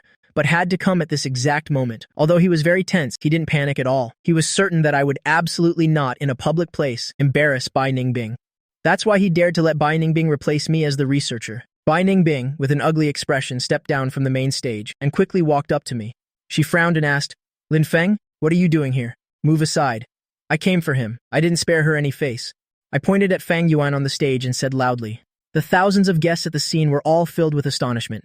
They looked towards Fang Yuan, whose expression was unnatural. Fang Yuan saw that I was disregarding Bai Ningbing's feelings. His heart tightened. Brother Feng, can we talk about our misunderstanding at home? Today is very important for Ningbing and the Bai Group. Before he could finish speaking, I raised my hand and slapped him hard across the face. Brother Feng, why did you hit me? Fang Yuan looked at Bai Ningbing with a wronged expression. Just as Bai Ningbing was about to pull me away, she was pushed aside by me. I pointed at Fang Yuan's nose and yelled coldly, "Who gave you the nerve to take the beauty cream I developed and use it to commit fraud?" As soon as these words were spoken, the whole auditorium was in an uproar. My God, what's happening? I heard this line Fang is a freeloader. Did he really develop this beauty cream? If it's true, then this is truly shocking news. Hearing everyone's discussion, Bai Ningbing's face immediately changed color. She hurriedly pulled my arm and said in a low voice, Lin Feng, stop causing trouble. Whatever it is, let's talk about it at home. Don't, on such an important occasion, make me and Fang Yuan lose face, okay? Get lost. I shook her hand off. I walked up to Fang Yuan and said coldly, Fang Yuan, I'm warning you. Stealing someone else's research is against the law. If you don't want to go to jail, then tell the truth in front of all the media. Fang Yuan's face immediately turned pale. He stared at me, stunned. He panted and said, Brother Feng, I know you haven't accomplished anything since getting married. You want to prove yourself in front of Ningbing, but you can't force me to lie. I burst out laughing. I clapped him on the shoulder and said coldly, Fang Yuan, I'm afraid you don't even know the formula for this beauty cream, do you? Even if you had the full formula, you wouldn't understand how to compound traditional Chinese medicine. At this point, I snatched the jar of beauty cream from Fang Yuan's hand. I said to the reporters in the audience, I formulated this beauty cream a year ago when Bai Ningbing injured her ankle. It can indeed remove scars, but it uses a traditional Chinese medicinal herb called Wu Si Teng. This herb contains a lot of melanin. After use, it will cause irreversible melanin deposits. Without the neutralizing decoction I provide, it will leave the user with irreparable damage. After speaking, I turned to look at Yin Haodong, President Yin. I wonder if the Yin Group's inspection team has arrived at the scene. Yin Haodong immediately called to the people at the door. Someone, quickly take this for testing according to Mr. Lin's words. Only then did I walk up to Fang Yuan with my hands behind my back. I said with a cold laugh, unexpected, isn't it? This beauty cream originally had an irreparable flaw. What do you have to say for yourself now? Do you need me to help you call the police? Fang Yuan clenched his fists. He had originally thought he could rely on this beauty cream to become the new star of the medical world. But my words had completely destroyed his future and reputation. He was unwilling to accept it, but there was nothing he could do. Tears of humiliation flowed uncontrollably. Seeing Fang Yuan shed tears, Bai Ningbing couldn't hold back anymore. Lin Feng, what are you doing? Isn't it just a formula? What's the big deal? Do you have to push Fang Yuan into a corner? I snorted coldly. Why not? That's my formula. Even if I were to throw it in the trash, it's not his turn to take it and commit fraud. Lin Feng, that's enough. Seeing that I wouldn't listen, Bai Ningbing completely exploded. She yelled loudly, It's one thing that you're usually no help to me. As my husband, you insist on coming at this critical moment to ruin things for me in front of everyone for your own selfish reasons. Lin Feng, I must have been blind. How could I have married someone like you in the first place? I laughed coldly. I'm the one who should be saying they have regrets. It's one thing for you and him not to come home 2 days ago. Now you're even using my formula as a stepping stone for Fang Yuan. You want me to turn a blind eye? Before Bai Ningbing could retort, I continued speaking. Besides, I'm not doing this for personal gain, but for the tens of thousands of patients in the world. As a doctor, I cannot let them suffer lifelong regret because they used a flawed medicine. My words were firm and resolute. They echoed throughout the hall. Half a minute later, thunderous applause suddenly erupted from the audience. At this moment, the head of the inspection department quickly stepped onto the main stage. He said to Yin Haodong, President Yin, Unbelievably, after testing, this beauty cream does indeed contain a lot of melanin. Yin Haodong raised an eyebrow. If someone were to use it, what would be the consequences? It would leave dark spots. Moreover, they cannot be removed. Even with skin graft surgery, it's impossible to remove them 100%. The inspection team leader said seriously. Hearing these words, the reporters and guests present respected me even more, while the looks they gave Fang Yuan were full of contempt. Bai Ningbing also realized the seriousness of the situation. Now she just wanted to leave quickly. To minimize the impact of this matter on her and the company, she hurriedly explained, Lin Feng, don't misunderstand. Fang Yuan is now the general manager of our company's marketing department. I thought you wouldn't care about 1 or 2 formulas anyway. and the company was in a hurry to win the collaboration with the Yin family, so I had Fang Yuan step in. On one hand, we could secure the collaboration smoothly. On the other hand, it could also help Fang Yuan use this signing ceremony to become famous. It would be beneficial for his career. I really didn't have any ill intentions. Lin Feng, why do you have to be so petty? The formula I developed, why should he get to use it to glorify himself? Even though you and I were once married, that is still my personal achievement. Don't you think you should have asked for my opinion first? I retorted. Bai Ningbing glared at me, her eyes filled with anger. She took a deep breath and said resentfully, so what if I was wrong? Stop making a scene. It's just one formula. It's really not worth all this. I laughed coldly. Just one formula? 2 years ago, when the Bai Group was at its lowest point, if I hadn't given you 5 formulas at once, could you have recovered the several flagship products in your company? Which one wasn't from a formula I provided? And you still think this is just about one formula? The guests in the audience all looked at me in astonishment. The 6 core medicines of the Bai Group are all products for treating hard-to-cure chronic diseases on the market. Just one of them could become the flagship product of other companies. Lin Feng, I'm begging you, let's talk about this at home, Bai Ningbing said, losing control of her emotions. Why force yourself? You don't have to beg me. I showed her no mercy. The fact that she casually offered my work to Fang Yuan had crossed my line. I ignored Bai Ningbing's warning glare and turned my head to look at Fang Yuan. I'll give you one chance. Kneel before all the media and apologize to the audience watching on TV. I might consider not calling the police, otherwise you can just wait to go to jail. Fang Yuan flinched. Brother Feng, I really know I was wrong. Can I just apologize to you? I laughed coldly. Oh, so it's all right now? Fine. After saying that, I directly called the police. Lin Feng Bai Ningbing hurriedly grabbed my hand. Must you make everyone lose face? What will it take for you to let this go? She was truly terrified. If the police got involved based on the market value of this beauty cream, Fang Yuan would be sentenced to at least 20 years. The Bai Group would also go into a steep decline because of this, and even go bankrupt. Let him kneel and apologize. I didn't back down one bit. Bai Ningbing was so anxious she was about to cry. If Fang Yuan really knelt and apologized, his future would be completely ruined. His years of arduous study abroad would also be for nothing. Thinking of this, she became completely enraged. Taking a few deep breaths, she looked at me furiously. If you still consider me your wife. Before she could finish, I cut her off coldly. You already signed the divorce papers yesterday. Now I'm only asking him, will you kneel or not? What? Bai Ningbing looked at me, full of shock. Did you just say I signed the divorce papers? What divorce papers? It's understandable that you don't remember. At that time, your white moonlight was scalded by hot tea. You were busy taking him to the hospital. How could you have the presence of mind to look at the agreement? I laughed coldly. Bai Ningbing only then remembered the scene at the tea house. At the time, she was wondering what I had made her sign. She never expected it to be divorce papers. I looked at Bai Ningbing, who was standing there stunned, and raised the microphone to say to everyone in the audience, ladies and gentlemen, it's not that I, Lin Feng, am heartless and ungrateful, but that Bai Ningbing here went to great lengths to care for her white moonlight Fang Yuan, even bringing him into the company as the marketing general manager. Then she failed to come home for 2 consecutive nights. Now she even takes my research achievements and uses them as a stepping stone for Fang Yuan. Tell me, everyone, who could tolerate such a woman? The people in the audience were both shocked and contemptuous as they looked towards Bai Ningbing and Fang Yuan. Lin Feng, you've gone too far. Bai Ningbing was completely furious. She couldn't believe I thought she was so dirty. She was nice to Fang Yuan, only to make up for the regrets in her heart. She couldn't possibly live with me for the rest of her life carrying that regret.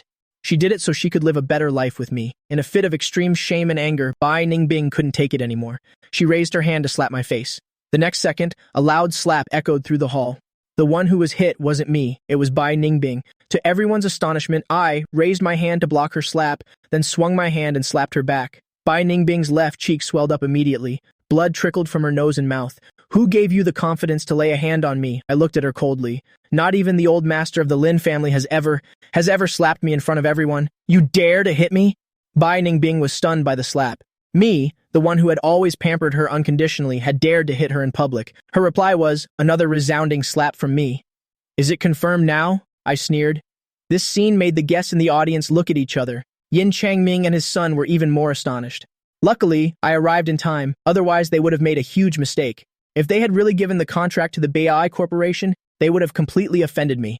No, after this press conference, I must have all companies associated with the Yin family sever all ties with the Bai Corporation. Bai Ningbing held her face, tears streaming down. Lin Feng, are you still the man who spoiled me to the heavens? Married for 3 years, let alone hitting me, you never even raised your voice at me. No matter how stubborn I was, you were always gentle and polite. Cut the crap, Fang Yuan. Are you going to kneel or not? Just give me a straight answer. I couldn't be bothered with her anymore, and loudly questioned Fang Yuan.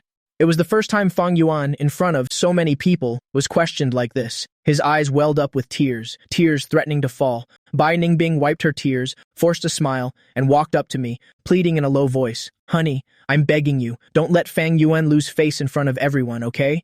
If he kneels, his future will be truly ruined. How could he make a name for himself in the medical field after this? I chuckled softly, ignoring Bai Ningbing, and looked at Fang Yuan. What's wrong? Didn't you always claim to be a great talent returned from abroad? All you can do is hide behind a woman and cry? Are you even a man? Cut the crap. Kneel or not. Give me a straight answer. Bai Ningbing took a deep breath and said patiently, Lin Feng, I'm begging you, please don't pursue this any further. Fang Yuan just returned to the country. He's just started to build a foundation for his career. I impatiently cut Bai Ningbing off. I didn't want to get into it with you this much at first, but you've successfully pissed me off. With that, I picked up the microphone and pointed at Bai Ningbing. You should remember that 2 years ago I gave 5 formulas to your Bai Corporation, right? And last summer, that heart disease formula that you demanded from me. Now I am formally demanding you to immediately stop the production of these 6 medicines, and within 1 week, you must return the patent rights for these 6 formulas. Otherwise, the Bai Corporation can wait for a letter from my lawyer. Then I turned to face the crowd below the stage. I know that among you here, many have worked with or are currently working with the Bai Corporation, or are currently working with them. I am officially announcing here that I am revoking the patent rights for the 6 flagship drugs that the Bai Corporation is currently selling. If any company continues to sell the related products, I will hold them accountable for copyright infringement. I hope you all know what's good for you. As soon as these words were spoken, Bai Ningbing beside me was completely stunned. She never expected that, no matter what, I would dare to revoke the patent rights for these 6 formulas. Lin Feng, do you know what you're saying? She was truly terrified. Without these 6 formulas, the Bai Corporation basically has no valuable products. Are you deaf or do you not understand human language? I shot her a sideways glance, then looked impatiently at Fang Yuan. Yin Changming, who had been silent until now, gave Yin Haodong a signal. They had misunderstood my intentions earlier. Now was the perfect opportunity to correct their mistake. Yin Haodong immediately understood. His face darkened as he snorted coldly. You, surnamed Fang, who gave you the guts to deceive my Yin family? Do you think my Yin family is a pushover? Yin Haodong's furious roar made the staff nearby step back repeatedly. The guests in the audience also all turned to look at Fang Yuan with pity. Everyone knew that CEO Yin had always been refined and rarely got angry. CEO Yin I. Just as Fang Yuan was about to defend himself, Yin Haodong lifted his foot and kicked, kicking him hard in the stomach. Fang Yuan was sent flying more than a meter and fell to the ground with a thud. Men, beat him to death for me. Beat him until he kneels and apologizes, Yin Haodong roared. 2 bodyguards in black immediately stepped forward, walking towards Fang Yuan. Wait a moment. Bai Ningbing hurriedly rushed forward to shield Fang Yuan. She knew very well, with the power of the Yin family, let alone just beating up Fang Yuan, even if they broke his legs, no one would dare to cause trouble for the Yin family. It was better to admit defeat now than to let the Yin family's men beat Fang Yuan half to death. Fang Yuan, stop it. Don't be so stubborn. Just kneel and apologize. Bai Ningbing advised helplessly. Bai Ningbing, what are you saying? Fang Yuan looked at her in disbelief. You want me, in front of so many reporters, in front of the cameras, to admit that I stole the research of that useless Lin Feng? Do you know what this one kneel would mean for me? My future will be completely ruined, in his eyes.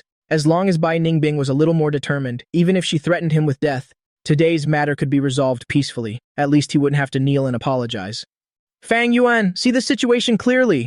Bai Ningbing sighed helplessly. You've seen it too. Even the Yin family is on his side. Can you fight against the Yin family? Fine. I'll kneel. Fang Yuan gritted his teeth, his eyes filled with resentment and humiliation. He stood up and knelt with a thud in front of the cameras. Kowtowing, he shouted unwillingly, I'm sorry. I was wrong. I shouldn't have, without knowing about the side effects. Stolen someone else's research. I, Fang Yuan, apologized to everyone. After saying that, he kowtowed 3 times resoundingly. He would remember this humiliation for the rest of his life. One day, he would repay me, 10, 100 times over. Wait, just as Fang Yuan was about to stand up, Yin Haodong lifted his foot and stepped on his shoulder. CO Yin, I've already kowtowed and apologized. Can I go now? Fang Yuan held back his tears, looking up pitifully at Yin Haodong. Yin Haodong sneered, his expression suddenly sinking. You stole Mr. Lin's research. Shouldn't you kowtow a few times to Mr. Lin and apologize while you're at it? What? Fang Yuan clenched his fists, his knuckles cracking. To tell him, a top student returned from abroad, to kowtow and apologize to that good-for-nothing loser was worse than killing him. Yin Haodong snorted coldly and looked at the media reporters. End the live stream now. The reporters immediately understood him and immediately cut the live broadcast. Yin Haodong narrowed his eyes and said coldly, "If you don't kowtow and apologize to Mr. Lin today, he'll have my men throw you from the 11th floor. Either you kowtow and apologize, or you fall to your death. You choose." Fang Yuan saw the killing intent in Yin Haodong's eyes, and a sense of helplessness washed over him. He believed that, if he said even half a word of refusal, Yin Haodong would really dare to throw him down. "Co Yin, I'm sorry." He struggled to his feet and walked in front of me, and knelt with a thud. A sense of humiliation immediately engulfed his entire body. He bit his lip hard, until he tasted the metallic tang of blood. Only then did he manage to hold back his tears. He kowtowed 3 times resoundingly in a row, but his throat felt like it was stuffed with cotton, unable to make a sound. Yin Haodong swung his hand and slapped Fang Yuan. He cursed loudly. "Are you mute? I told you to apologize to Mr. Lin." Fang Yuan held his face. The tears could no longer be held back, and they streamed out. He took several deep breaths, glared at me, and said chokingly, "Brother Feng, I'm sorry." I waved my hand impatiently. "Get lost. I don't want to see you again. Get lost already." Yin Haodong lifted his foot and kicked, knocking Fang Yuan off the stage. Seeing this scene, Bai Ningbing's expression also became extremely ugly. The halo around Fang Yuan quickly faded in that instant. She didn't even dare to look at him again. She covered her face and rushed towards the hall's exit. If she had known this would be the outcome, she would have died before letting Fang Yuan impersonate me. Although there was resentment in her heart, there was more fear. She was afraid that I would really revoke those 6 formulas. If so, the Bai Corporation would fall into an unprecedented crisis. But even now, she still couldn't understand, why did you suddenly become like this? Isn't it just one formula? Although during their 3 years of marriage, she had gone on dates with Fang Yuan many times, walked on the beach together, and spent a lot of time with him. But that was only to make up for the past. She never thought about divorcing me, and she couldn't understand why things had come to this. Once I've calmed down, I'll find some time to talk to him seriously. Maybe we can resolve the misunderstanding, Bai Ningbing thought to herself. Just as she stepped out of the hotel entrance, Fang Yuan's anxious call came from behind. "Ningbing, wait for me." Bai Ningbing stopped, looking with a complicated expression at Fang Yuan, who was chasing after her. "Ningbing, I'm sorry. I really didn't expect things to turn out like this, but I really just wanted to help you," Fang Yuan said, looking aggrieved. "Brother Feng misunderstands me too deeply, but even so, he shouldn't have, on such an important occasion." He was halfway through his sentence when he noticed the worship and admiration in Bai Ningbing's eyes were quickly fading. His heart tightened, and he quickly changed his tone. "Ningbing, don't misunderstand. I don't blame Brother Feng. I just feel it's a pity. We were so close, we could have partnered with the Yin family." Bai Ningbing shook her head forcefully and said impatiently, "All right, don't say any more. This is between me and Lin Feng. I'm going back first. Leave me alone." "Ningbing, where are you going? Can I go with you?" Fang Yuan asked with a look of concern, as if the recent embarrassment had never happened. Bai Ningbing frowned, mumbling, "To the company. I need to find a time to talk seriously with Lin Feng." "Ningbing, you don't need to fight with Brother Feng over my issue. I'm really fine. It's nothing to suffer a little injustice for you." Fang Yuan still wanted to explain himself. "Just go home, I'm tired." Bai Ningbing cut him off impatiently, got into the car without looking back, and drove away. Watching Bai Ningbing's car lights fade into the distance, Fang Yuan's expression gradually twisted, his eyes filled with malice. "Lin Feng, you're the one who ruined my plan and stole everything that should have been mine. I will definitely make you pay, the finale of destruction." Bai Ningbing drove back to the company. Her whole body felt as if its soul had been drained. She sat in her office, staring at the wedding photo of her and Lin Feng on her desk. This was the only photo she kept in her office. Lin Feng in the photo had a gentle smile. His eyes were full of her, but thinking back now, that smile held so much that she had never paid attention to. "President Bai." The secretary knocked and entered. "Director Chen wants to see you." Bai Ningbing rubbed her temples. "Let him in." Chen Hao pushed the door open and walked in, a complicated look on his face. "President Bai, about those 6 formulas. I know what you want to say." Bai Ningbing interrupted him. "Lin Feng is just angry right now. Once he cools down, I will talk to him." Chen Hao was silent for a moment, then sighed. "President Bai, there's something I've kept to myself for a long time, and I must say it today." Bai Ningbing frowned. "What do you want to say? Do you know how much Mr. Lin has contributed to the Bai Corporation over the years?" Chen Hao looked straight at her. "Besides those 6 flagship products, there are 17 other backup formulas, all provided by Mr. Lin for free. He never asked for anything in return, only because you are his wife." Bai Ningbing was stunned. 17? Weren't there only 6? Chen Hao smiled bitterly. "Those 11 other formulas," Mr. Lin said, to wait until the company was stable before gradually releasing them. He was afraid that releasing too many at once would put too much pressure on you. He always said, "As long as Ningbing is happy, nothing else matters." Bai Ningbing's heart felt like it had been hit by something heavy. She remembered Lin Feng waking up early every day to make her breakfast, remembered him quietly bringing her late-night snacks when she worked overtime, remembered him staying up all night to take care of her when she was sick. She had once taken these moments for granted, but now they were like knives stabbing her heart. There's one more thing. Chen Hao hesitated for a moment. 3 years ago, when you injured your ankle, the wound was actually very severe and would have left a scar. To formulate that skin cream, Mr. Lin stayed up for 7 consecutive nights and tested it hundreds of times. He said you love beauty and couldn't let you have any flaws on your body. Bai Ningbing's eyes turned red. She recalled the moment Lin Feng handed her that box of ointment, only saying gently, "Try this." And what about her? At that time, she was busy welcoming Fang Yuan, who had just returned, and casually tossed the ointment into her bag. "Director Chen, please leave first." Bai Ningbing's voice trembled. Chen Hao walked to the door, then turned his head and said, "President Bai, Mr. Lin is a good person. It's just that good people aren't always cherished." The door closed. Bai Ningbing's tears finally fell. She picked up her phone, wanting to call Lin Feng, but her finger hovered over the screen, unable to press down. What should she say? Sorry? But what good would sorry do? Just then, the phone suddenly rang. It was an unknown number. "Hello? Bai Ningbing, is that President Bai? This is Yin Haodong from the Yin Corporation." Bai Ningbing suddenly sat up straight. "President Yin?" Yin Haodong's cold voice came from the other end of the line. "President Bai, I am officially informing you, the Yin Corporation will terminate all cooperation negotiations with the Bai Corporation. Furthermore, I have notified all pharmaceutical companies in Nan Province that whoever dares to cooperate with the Bai Corporation will be making an enemy of the Yin family." Bai Ningbing turned pale. "President Yin, why? Is it because of what happened today?" "I can explain. There's no need to explain." Yin Haodong cut her off. "Mr. Lin is the benefactor of our Yin family. Your Bai Corporation stole his achievements and even condoned that Fang fellow deceiving the world to steal his reputation. That is a slap in the face to our Yin family. You're on your own." The call was disconnected. Bai Ningbing gripped her phone tightly, her whole body feeling as if it had fallen into an ice cellar. She suddenly remembered something and frantically scrolled through her contacts. She called several CEOs of her long-term partner pharmaceutical companies. "CEO Li, about our new drug collaboration project." "Ah, President Bai, I'm sorry, the project has been suspended." "CEO Wang, regarding the supply contract for the second half of the year." "President Bai, let's talk about the contract later. I'm a bit busy on my end." "CEO Zhang, you previously mentioned wanting to invest in our new product." "Ningbing, it's not that I don't want to help you, but there's really nothing I can do. The Yin family has given the order. Whoever dares to cooperate with you is picking a fight with the Yin family. You know the Yin family's influence in the medical and pharmaceutical world. I don't dare to offend them." More than 10 consecutive phone calls, all met with polite rejections and excuses. Bai Ningbing collapsed into her chair, the phone slipping from her hand. She finally realized Lin Feng wasn't joking. He really wanted to take everything back. And the source of all this was her, Fang Yuan's fangs. Fang Yuan returned to his residence and smashed everything he could in the room. "Lin Feng, you useless piece of trash! On what grounds? On what grounds?" he roared madly. His eyes behind his glasses were bloodshot. Everything that happened today, having to kneel and apologize in front of so many reporters, his reputation, his future, all of it was ruined. After venting his anger, he collapsed amidst the wreckage and took out his phone to check today's news.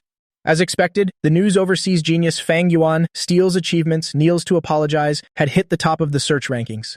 The comments were all curses. Some people even said they would expose his entire academic background. Fang Yuan gritted his teeth, his finger swiping across the screen. Suddenly, he saw a comment. "Who on earth is this Lin Feng? How could he make the Yin family protect him so much?" Someone replied below, "I heard he's Bai Ningbing's husband, and he has always kept a very low profile." Fang Yuan narrowed his eyes. "That's right. Who on earth is Lin Feng? A useless freeloader living off his wife. On what grounds could he make the head of the Yin family personally show up?" Today at the hotel, Yin Haodong's attitude towards Lin Feng was indeed more respectful than towards his own father. There's definitely something more to this. Fang Yuan calmed down and began to recall everything that happened today. Yin Haodong called Lin Feng Mr. Lin and said Mr. Lin was the Yin family's benefactor. What kind of favor could make the Yin family value him so much? He opened his computer and started searching for the name Lin Feng, but the search results were all unrelated information. He then searched for Lin Hao. Bai Ningbing had mentioned once before that Lin Feng used to have that name and changed it later. This time he found something, an old news article from 4 years ago. The Qilin son of the capital's Lin family, Lin Hao, whose medical skills are unrivaled, once saved old Master Jiang, who had been given a death sentence by the imperial physicians. Fang Yuan's hands began to tremble. He continued to dig deeper, becoming more terrified the more he found. The Lin family, a top-tier prestigious family in the capital, is more than just one level above the Yin family. And Lin Hao was the most outstanding descendant of the Lin family's third generation, known as the Qilin son, but he suddenly disappeared 5 years ago. 5 years ago, wasn't that exactly when Lin Feng came to Tanjiang? Fang Yuan leaned back in his chair, his back drenched in a cold sweat. He thought he was dealing with a useless freeloader, but he never expected the other party to be a hidden giant dragon. But soon, the fear in his eyes turned into madness. So what if he's Lin Hao? This is Tanjiang, not the capital. Fang Yuan muttered, "You dared to make me kneel in front of everyone. I will make you pay." He picked up his phone and dialed a number. "Hello, help me investigate someone. Lin Feng, also known as Lin Hao. I want to know every detail about him, especially about him and Bai Ningbing." Hanging up the phone, Fang Yuan had a cold smile on his face. "Lin Feng, you think it's all over just like that? The game has just begun." Lin Feng's new life. Villa Nome 3, Tanjiang Garden. This was the temporary residence that Yin Changming gave to Lin Feng, 500 square meters, with a private garden and a swimming pool, luxuriously decorated but not ostentatious, exuding a sense of discreet elegance everywhere. Lin Feng sat on the second-floor balcony, holding a cup of tea, gazing at the distant river view. It's been 5 years, this is the first time he's been this peaceful, to admire the scenery of this city. The phone rang. It was his mother calling. "Xiaofeng, Mom has heard about what happened today." On the other end of the line, his mother's voice was filled with heartache. "Are you okay?" He smiled. "Mom, I'm fine. In all these years, this is the first time I've felt so relieved." "That's good then." His mother paused for a moment. "There's news from the Tang family. Old Master Tang's illness has worsened. They want to invite you back to take a look. What your father means is, whether you agree to the marriage or not, you should treat the old master first. After all, our two families have been friends for generations." Lin Feng was silent for a moment. "Mom, let me think about it, okay?" "Oh, right, the young lady from the Tang family is also in Tanjiang. I heard she's working on some project. If you want to meet her, I can arrange it." Lin Feng frowned slightly. "The young lady of the Tang family? She's already in Tanjiang?" "Yes, her name is Tang Yui. She's 3 years younger than you. You even held her when you were a child. Do you remember?" Lin Feng tried to recall, and only remembered a little girl with pigtails who always liked to follow him, calling brother Lin Feng. "Mom, now isn't a suitable time to meet. Let's talk about it after I've handled things here." "All right then, take care of yourself. Call Mom if you need anything." Hanging up the phone, he stared at his phone in a daze. The name Tang Yui, he had heard it many times. The recognized little princess of the capital's high society, the precious pearl in old Master Tang's hand. It said that her suitors could line up from the capital to Tanjiang, but she hasn't taken a liking to any of them. Now she is also in Tanjiang. He shook his head, pushing the thought out of his mind. These things aren't important. What's important is to handle the divorce with Bai Ningbing first. He picked up the divorce agreement from the coffee table and flipped to the last page. Bai Ningbing's signature was still there, hastily scrawled. It was clear she hadn't read the contents at the time. He smiled bitterly. 3 years of marriage, in exchange for just a messy signature like this. At this moment, the doorbell rang. He went downstairs to open the door and saw a young woman standing outside the door in a business suit with a delicate face and a professional demeanor. "Mr. Lin, hello? I am the personal assistant Xiao Zhou sent by President Yin. President Yin said it's inconvenient for you to live alone, so he told me to come and take care of your daily needs." The girl bowed slightly. I frowned. "That's not necessary. I can manage on my own. Mr. Lin, this is my job. If you don't use me, President Yin will fire me." Xiao Chu looked at me pitifully. I sighed helplessly. "Come in." After Xiao Chu entered the house, she quickly started cleaning the room. I returned to the balcony to continue drinking tea. Not long after, Xiao Chu came over with a plate of sliced fruit. "Mr. Lin, have some fruit. What do you want for dinner? I'll make it for you." Lin Feng looked at her and suddenly thought of that woman, Bai Ningbing. She never took care of me like this. Every time I finished cooking, she would just say one thing, just leave it there and then continue with her own business. "Just make whatever," I said. Xiao Chu nodded and suddenly remembered something. "Oh right, Mr. Lin, someone sent a package just now. It was left at the door. Let me bring it up for you." "A package?" I frowned. "Bring it up and let's see." It was an ordinary express box with no sender information. I opened it. Inside was an envelope containing a few photos. The photos were of Bai Ningbing and Fang Yuan strolling on the beach, on a date at a restaurant, returning home late at night together. The dates ranged from 3 years ago to recently. On the back of the photo, a line was written, "Lin Feng, you think you've won? Bai Ningbing's heart was never yours." I looked at the photos with no expression on my face. Xiao Chu peeked at them and timidly asked, "Mr. Lin, this?" I put the photos back in the envelope. "It's just trash." I threw the envelope into the trash can and continued drinking my tea. Did Fang Yuan think these photos could provoke me? How naive. From the moment I decided to divorce, everything about Bai Ningbing and Fang Yuan had nothing to do with me anymore. Bai Ningbing's struggle. Bai Ningbing didn't sleep all night. She made countless phone calls, sent countless messages, but I didn't answer a single one. She once came to the villa to find me, but the security guard told her that Mr. Lin had already moved out and they didn't know where he went. Despair engulfed her like a tide.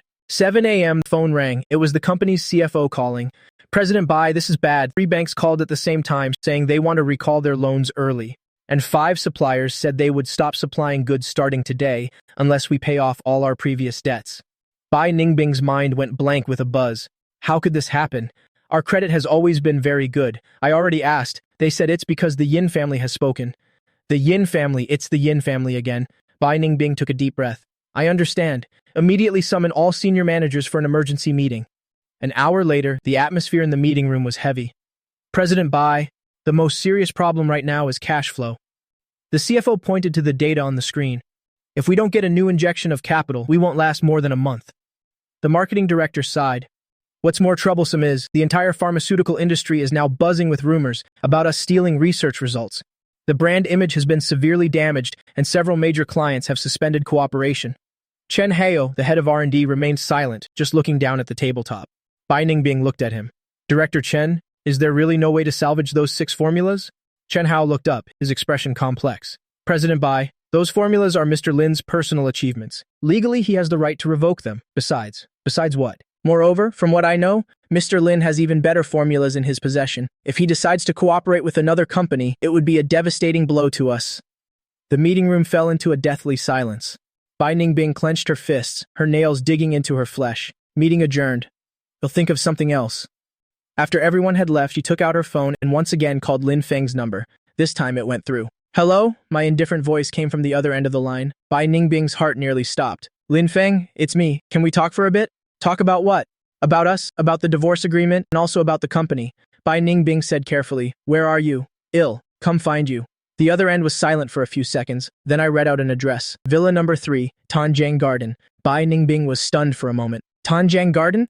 That's the most high-end villa complex in Tanjiang, one you can't necessarily buy even with money. How could Lin Feng be there?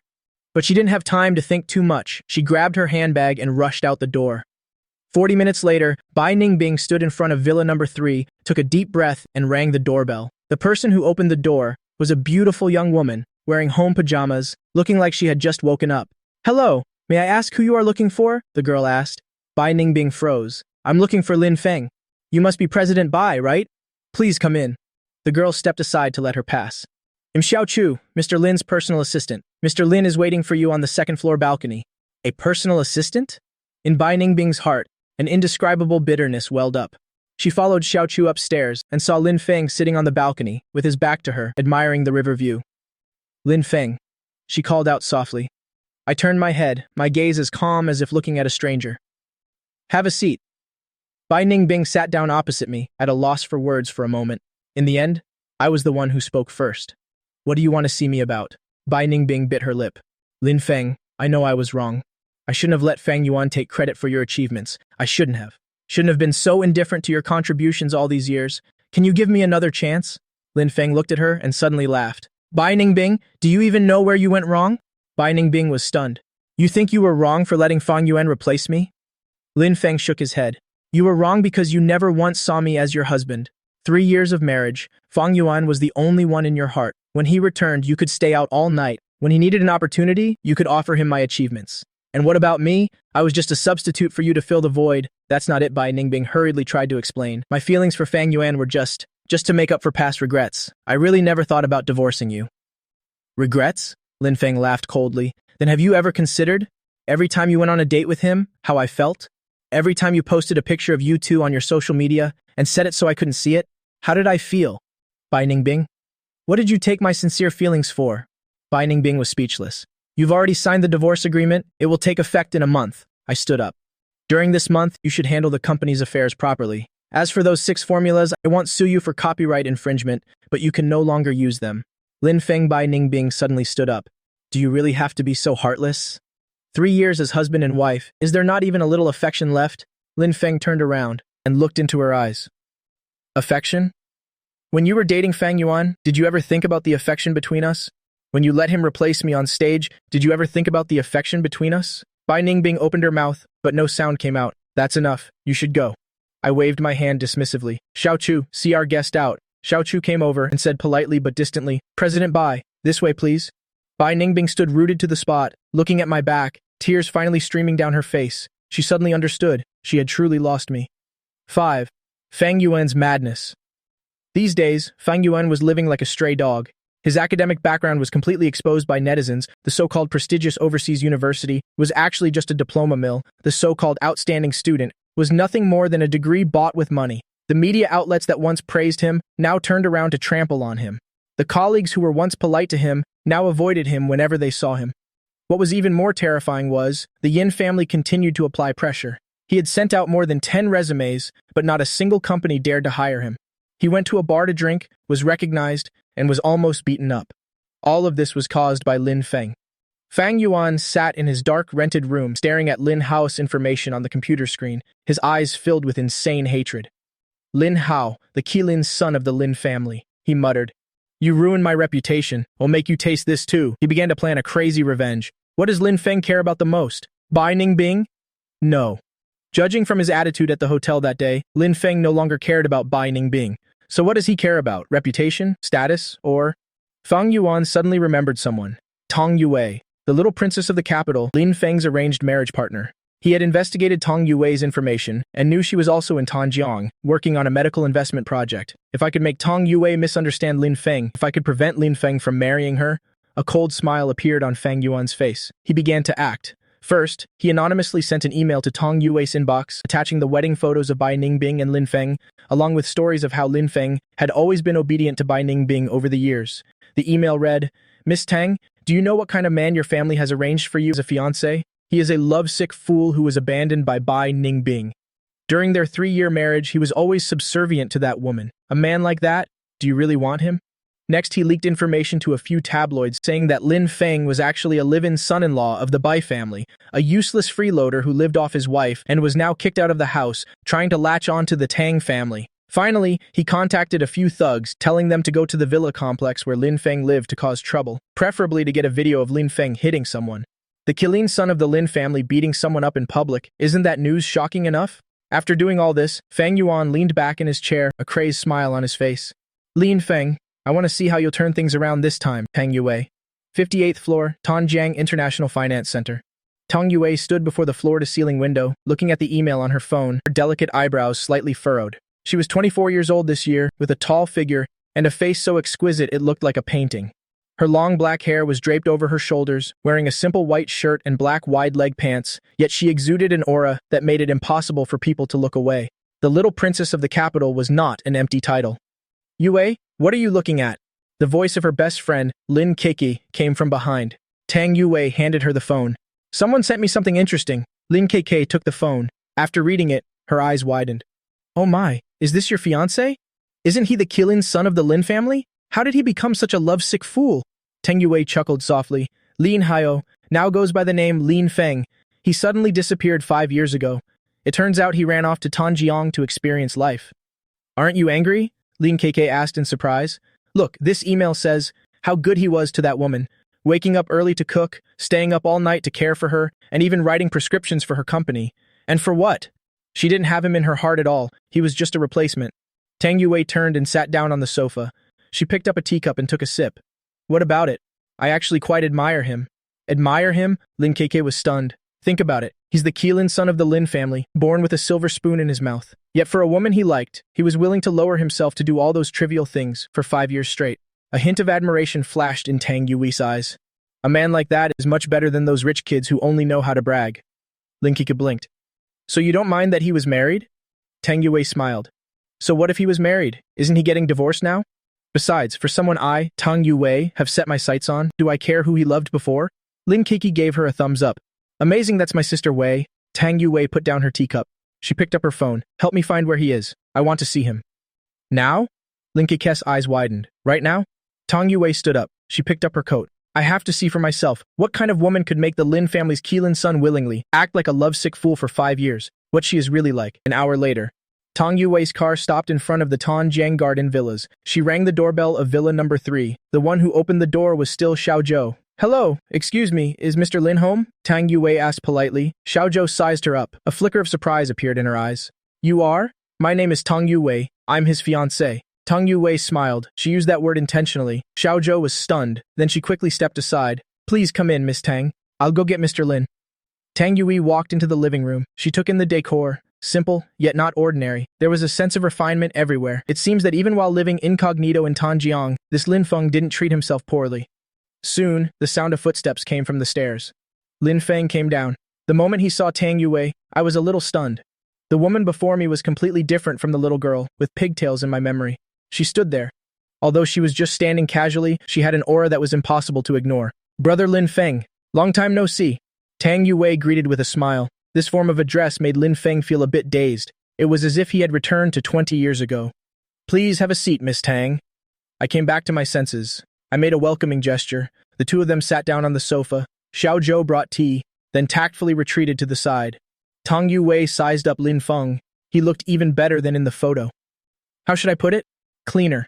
Not the cleanliness of a neat freak, but a clarity in his eyes. It was as if he had been through so much, yet still retained a certain purity. Received the email? Lin Feng spoke first. Tang Yui raised an eyebrow. You know, you guessed? Lin Feng picked up his teacup. A person like Fang Yuan, his methods of revenge are always the same few tricks. Fang Yuan is that international student you slapped in public? Tang Yui smiled. It seems he hasn't given up yet. Lin Feng said nothing. Tang Yui looked at him. She suddenly asked, Are the things in the email true? Are they true?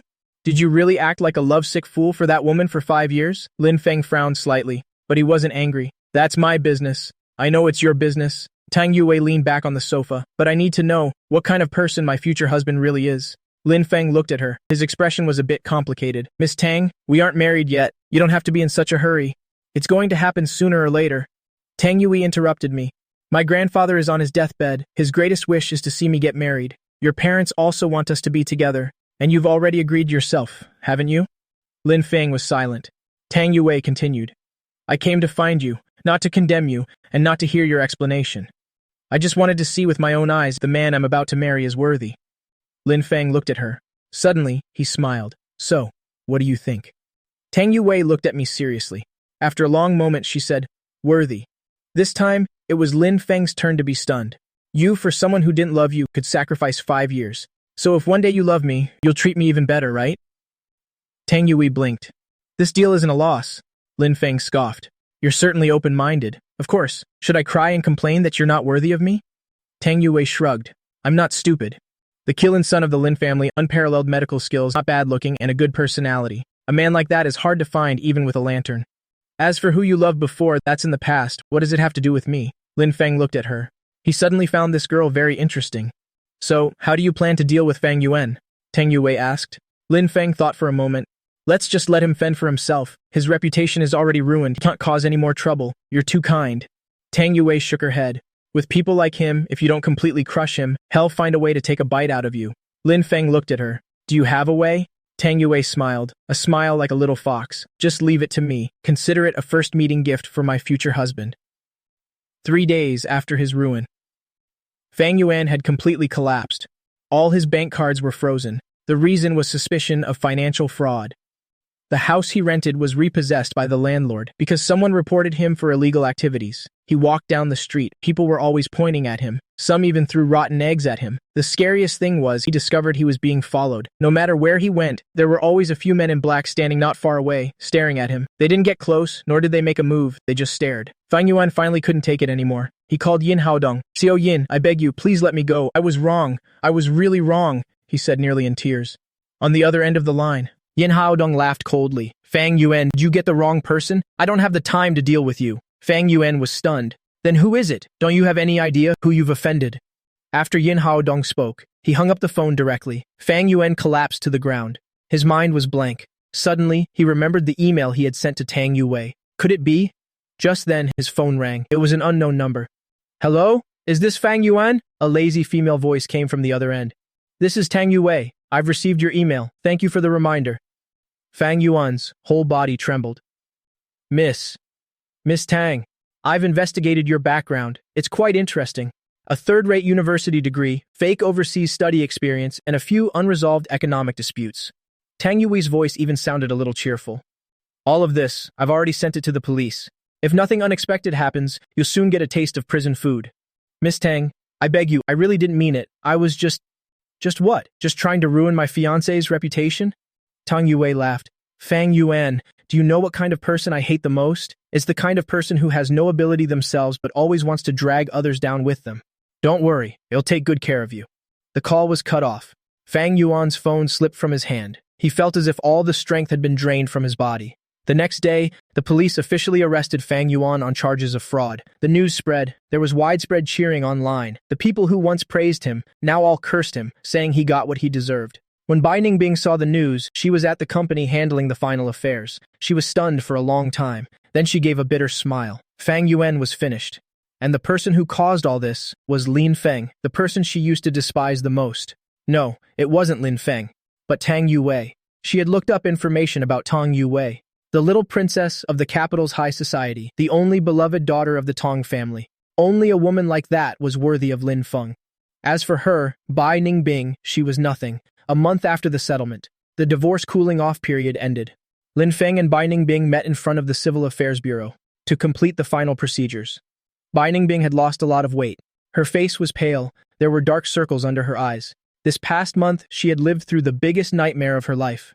The company went bankrupt. Friends abandoned her. Parents were disappointed. The once illustrious CEO of the Bai Group had now become a laughingstock everyone avoided. Lin Feng looked at her. His gaze was calm. No pity, no gloating either. Sign it. The staff handed them the divorce certificate. They each signed their names, took that little red booklet. Walking out of the Civil Affairs Bureau, Bai Ningbing suddenly called out to me. Lin Feng stopped, without turning back. I'm sorry, Bai Ningbing's voice trembled. I know it's useless to say this now, but I still want to say, I'm sorry. I was blind all these years. Lin Feng was silent for a few seconds, then said, Live well. You'll have to walk your own path from now on. After saying that, I turned and left without looking back. Bai Ningbing stood rooted to the spot, watching my back disappear into the crowd. From now on, she had no relationship with this person. I returned to the car. Tang Yui was waiting for me in the driver's seat. Is it done? She asked. I nodded. Tang Yui looked at me. She didn't ask anything else. She started the car. My mom said we're going home for dinner tonight. She said your parents will be there too. I looked at her and suddenly smiled. Meeting the parents so soon? Tang Yui shot me a glare. What do you mean meeting the parents? It's just our two families getting together. Oh, right. My grandpa heard you agreed to treat him, and he was so happy he nearly jumped out of bed. I was silent for a moment. I will do my best. Tang Yui nodded, then said, Lin Feng, I know you might still have that woman in your heart. I don't mind. After all, 5 years of feelings can't be forgotten just like that. But I want to tell you, from now on, you are my man. I will treat you well, 10,000 times better than she ever did. I looked at her serious face. A warm current surged through my heart. Okay, I said. 3 months later, in Jingcheng, the illness of the Tang family's old master under my treatment had miraculously taken a turn for the better. This news spread throughout Jingcheng's high society. The reputation of the Lin family's Qilinzi once again resounded everywhere. Those who had once mocked me coldly, now all changed their tune, vying to flatter me. The so-called friends who once avoided me were now lining up to invite me to dinner. I paid them no mind. That evening, the Tang family held a family banquet. They officially announced the wedding date for me and Tang Yui. After the banquet ended, we stood side by side in the Tang family's back garden, gazing at the stars in the night sky. What are you thinking about? Tang Yui asked. I shook my head. Nothing. It just feels a bit unreal. Unreal? Tang Yui raised an eyebrow. Are you saying that marrying a great beauty like me is unreal? I laughed. I'm saying that the past 5 years feel like a dream. Tang Yui was silent for a moment. Then she leaned on my shoulder. Then just treat it as a dream. Now that you've woken up, a new life has begun. I nodded. I reached out and put my arm around her shoulder. From a distance came the laughter and blessings of the Tang family. At that moment, my phone rang. It was an unknown number. I hesitated for a moment, but I still answered it. Hello? The other end was silent for a few seconds. Then a hoarse female voice spoke. Lin Feng, it's me, Bai Ningbing. I frowned slightly. What is it? I know I shouldn't bother you anymore. But... Bai Ningbing's voice was choked with emotion. My father is sick, very sick. The hospitals in Tanjiang can't do anything. I really have no other choice. I can only beg you to save him. I was silent. Tang Yui looked at me. She gently squeezed my hand. Lin Feng, I know I have no right to ask you for anything, but my father, he never treated you poorly. Can you save him for his sake? Bai Ningbing's voice was full of pleading. I took a deep breath. Which hospital is he in? At Tanjiang's First People's Hospital. The doctor said he needs surgery, but the risk is too high. No one dares to perform it. I'll be there tomorrow, I said, then hung up the phone. Tang Yui looked at me. She didn't say anything. I turned my head and met her gaze. What do you want to say? Tang Yui smiled. I've already said it. Your affairs are for you to decide. But Lin Feng, you have to think carefully. Will this trip get you entangled again? I shook my head. No, I'm just repaying a debt of gratitude to him. Back then in Tanjiang, he didn't treat me badly. That's good then. Tang Yui nodded. He'll go with you. I looked at her and suddenly smiled. Aren't you afraid my old flame will be rekindled? Tang Yui glared. What's there to be afraid of? If you were that kind of person, you wouldn't be worthy of my attention. 10. The end. The next day, Tang Yui and I flew to Tanjiang. On the plane, I looked at the clouds outside the window. My thoughts were a mess. I thought I would never come to this city again. I didn't expect to return so soon. Tang Yui was reading a magazine beside me. Occasionally she would look up at me, but she didn't say anything. We arrived in Tanjiang. We went straight to the hospital, in front of the hospital room. Bai Ningbing was waiting anxiously. The moment she saw me, she was stunned. Not because of me, but because of Tang Yui beside me. She was a woman so beautiful, it made others feel inadequate. Her noble aura, her clear eyes, she had her arm linked with mine. Her expression was intimate. Bai Ningbing's heart felt like it was being pricked by a needle. Lin Feng, thank you for coming, she said with difficulty. I nodded. Take me to see the patient. Bai Ningbing led us into the hospital room. On the hospital bed, Bai Fu's face was pale. He was hooked up to all sorts of tubes. Seeing me, his eyes lit up a little. He wanted to say something but couldn't. I walked to the bedside. I took his pulse. Then I looked at his medical records. Surgery is needed. I said, the tumor is in a special location. A normal doctor wouldn't dare to touch it. I can do it, but there are risks. Bai Ningbing asked worriedly, what kind of risks? The biggest risk is that after the surgery, he might not be able to walk anymore. I looked at her. You have to make this decision. Bai Ningbing was stunned. She looked at her father on the bed. Tears streamed down her face. Dad, she choked out, unable to speak. Father Bai raised his hand with difficulty. He took her hand. Then he nodded at me. I understood his meaning. All right. I will do my best.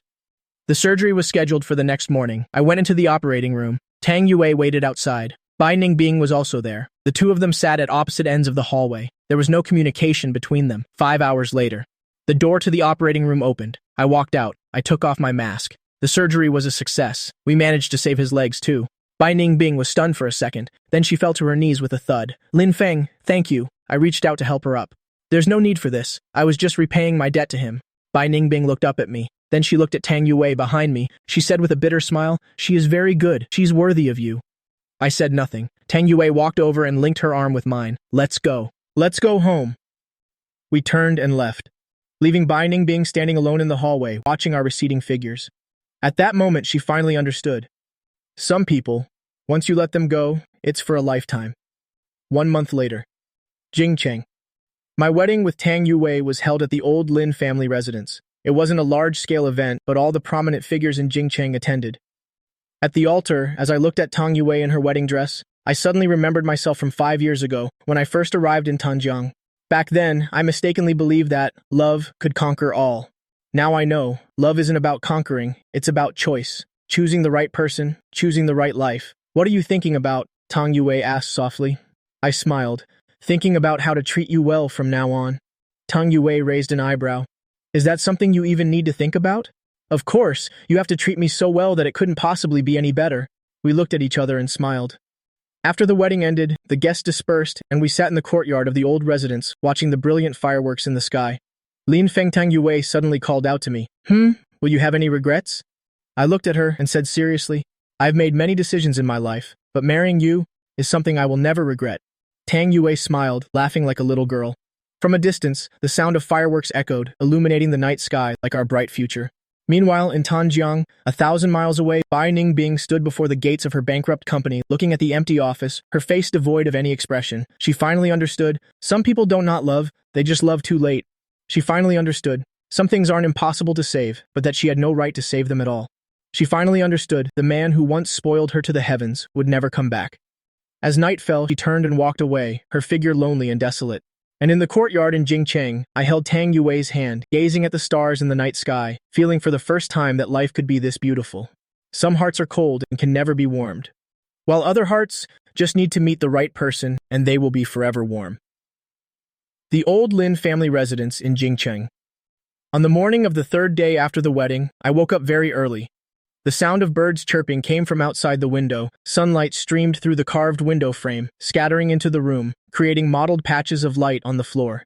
I tilted my head and looked at Tang Yui still sleeping soundly beside me, a smile unknowingly forming on my lips. The way this woman slept was completely different from when she was awake. An awake Tang Yui was sharp and capable, with a powerful aura, the little princess of Jingcheng's social circle whom people both respected and feared. But when she slept, she would curl up like a child lacking a sense of security. Her long eyelashes would tremble slightly, and she would occasionally mumble a few indistinct words. I gently tucked her in and got out of bed. I went to the window and pushed it open. The cool morning air rushed in, carrying the fragrance of the osmanthus tree in the courtyard. An October morning in Jingcheng already carried a hint of autumn's breath. The phone suddenly vibrated. I picked it up and looked. It was an unknown number, from Tanjiang. I frowned slightly, hesitated for a moment, but still answered the call. Hello? The other end was silent for a few seconds. Then a tired, old voice came through. Hello, Mr. Lin. This is Yin Chengming. I was a little stunned. Old Master Yin, why are you calling so early? Is something wrong? Yin Chengming sighed. Mr. Lin, this old man really hates to disturb your newlywed happiness, but something happened to little Hexue. My gaze hardened. What happened to Miss Yin? Yesterday afternoon, Hexue went out shopping and was hit by a car. Yin Changming's voice was hoarse, filled with unconcealable pain. She's still in the intensive care unit right now, the doctor said. The doctor said the situation doesn't look good. Haodong and Yuelan have already fainted from crying several times.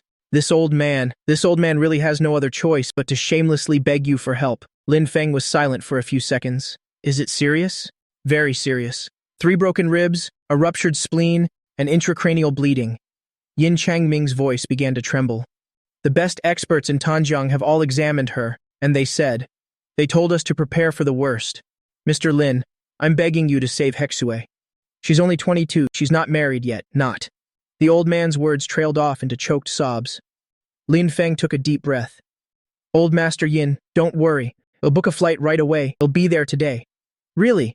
Yin Chengming's voice was full of surprise and disbelief. Mr. Lin, you're really willing to come? I already promised you, when it comes to the Yin family's matters, I won't stand by and do nothing. Send me the hospital address and Hexue's medical records. I'll look them over on the way. After hanging up the phone, I turned around and found that Tang Yui was already awake. She was leaning against the headboard looking at me. Do you have to go out? She asked. I nodded. The young lady of the Yin family was in a car accident. The situation is critical. I have to make a trip to Tanjiang. Tang Yui didn't ask like a typical wife would. Do you really have to go, or can't you let someone else go? She just nodded. I'll book the plane ticket for you. I looked at her, and a warm feeling washed over my heart. You're not going to ask me why I absolutely have to go? You have your own reasons for everything you do. Tang Yui threw back the covers and got out of bed, picking up her phone to start booking the ticket. Besides, the Yin family helped you, so it's only right that you help them in return. She paused for a moment, looked up at me, a mischievous glint in her eyes. And anyway, you're my man now. You can't escape me. Just come back soon. I chuckled. I walked over and gently hugged her. I'll be as quick as I can. Tang Yui patted my back gently. Go on, be careful on the road. Oh, and pack some warm clothes. Tanjiang is colder than Jingcheng. An hour later, I was on a flight to Tanjiang. I watched Jingcheng shrink outside the window, a strange feeling welling up inside me. 3 months ago, when I left this city, my heart was filled with only the desire to escape. Now, returning, it was with a different identity. This fate is truly unpredictable. When the plane landed at Tanjiang Airport, it was already 2 p.m. As soon as I walked out of the arrival gate, I saw Yin Haodong standing at the exit. His eyes were bloodshot, his face unshaven, looking as if he had aged 10 years. Mr. Lin Yin Haodong quickly came to greet me. Grabbing my hand, his voice choked with emotion. You came? I really don't know how to thank you. I patted his shoulder. Let's not talk about that for now. Take me to the hospital.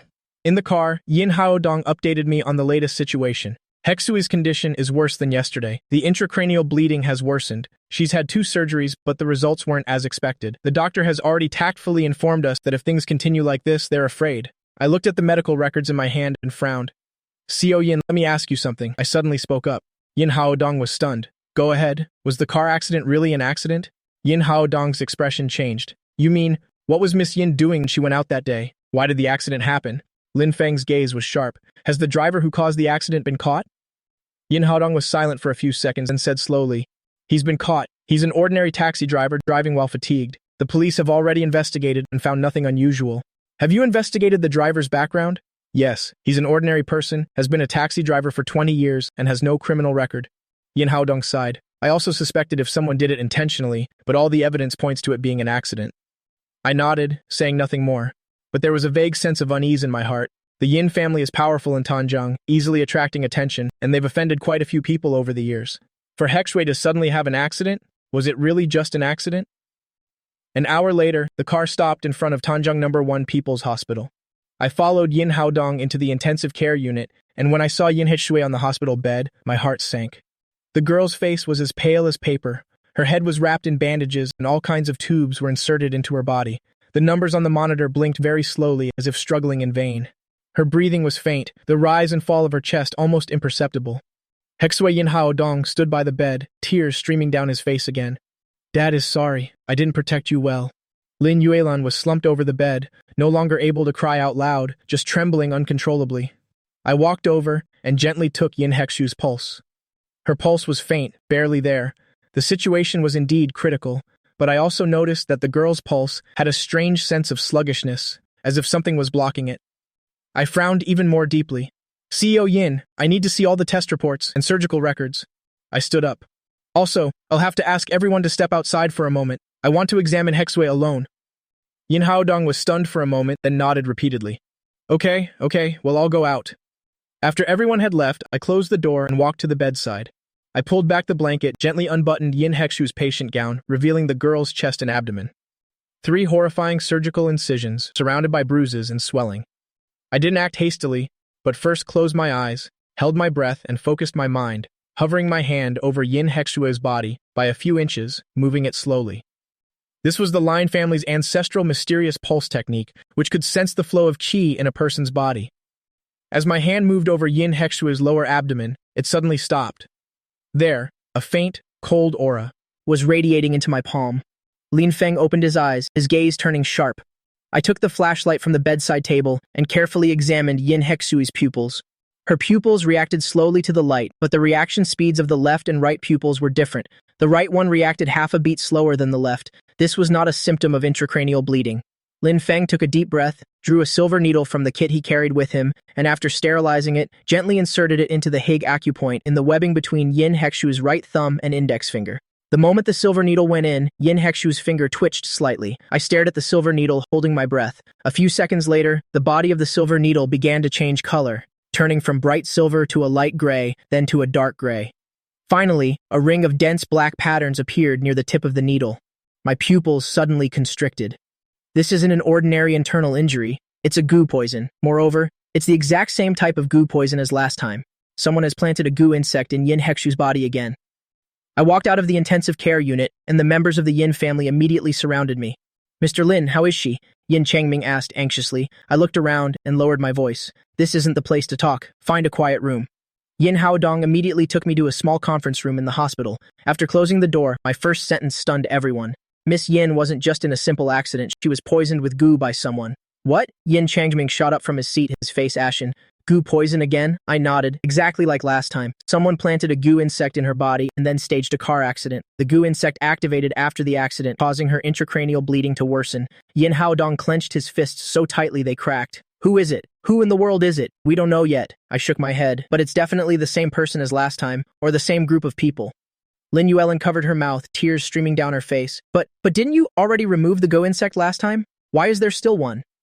I was silent for a few seconds, then said slowly, there's only one possibility. The goo insect from last time wasn't the only one. Someone planted 2 goo insects in Hexue's body. One was an overt goo used as a probe. The other was a covert goo, hidden much deeper. Last time I only removed the overt one, while the covert one remained dormant. It wasn't activated until this time. The faces of everyone in the Yin family turned pale. Then, Hexue now. Yin Haodong's voice trembled. I can treat her, but it will take time, and it requires an absolutely safe environment. Furthermore, before she is cured, we must first find the person who planted the goo. Otherwise, even if she's cured this time, it will happen again next time. Yin Changming took a deep breath, trying to suppress the anger and fear in his heart. Mr. Lin, tell us what we should do. I pondered for a moment, then said, Hexue must be transferred to another hospital. Move her to the Yin family's private hospital under lockdown with only the most trusted people to care for her. Second, investigate thoroughly who Yin Hexue has been in contact with in the last 3 months, where she has been, and what she has eaten. Third, I paused for a moment, my gaze sharpening. Investigate if the Yin family has offended anyone recently, or if anyone wants to harm the Yin family. Yin Haodong nodded immediately. You'll get on it right away. Wait, I called him back. There's one more thing. The driver who caused the accident, I want to meet him in person. An hour later, I met the driver at the traffic police station. He was a middle-aged man over 50 years old, his face weathered by the elements, his eyes cloudy. You could tell at a glance that he was a taxi driver who often drove late at night. He kept his head down, constantly mumbling, "I'm sorry, I didn't mean to." I didn't rush to question him, but first observed him carefully for a few minutes. Then I spoke up. "Master, how many years have you been a taxi driver?" The driver looked up, stunned for a moment. 20 years. No accidents in 20 years? No, never. The driver said hastily, "I'm a very steady driver. I've never had a violation." That day I had really stayed up too many nights. I was exhausted beyond belief. I nodded and asked again. "That day, you picked up a fare from the Yin family villa, right?" The driver nodded. "Yes, it was a young lady, quite pretty, wearing a white dress. She was smiling when she got in the car and said she was going to the mall to shop. Did she say anything on the way?" The driver thought for a moment. "She didn't say much, she was just on her phone." "Oh, right, she took a phone call. It seemed to be from her friend, making plans to have dinner that night." My eyes lit up. "A friend? Male or female?" "A female, I think. I heard her call her Lily or something like that." The driver scratched his head. I wasn't paying much attention at the time. I asked for a few more details, then stood up and said to Yin Haodong, who was with me, "All right, let's go." After leaving the traffic police station, Yin Haodong couldn't help but ask, "Mr. Lin, have you discovered anything?" I shook my head. "Not yet. But this driver is indeed just an ordinary person. What he said is definitely true. So the goo worm in Hexu's body must have been activated before the accident." I frowned. When the driver, exhausted, crashed the car, the goo worm activated at the same time. That way, even if someone investigated, they would just think the car accident aggravated her injuries. Yin Haodong took a sharp breath. "Such a vicious method." I nodded. "Therefore, we must quickly find the person who planted the curse. This person is very dangerous." The Lin family's investigation was very efficient.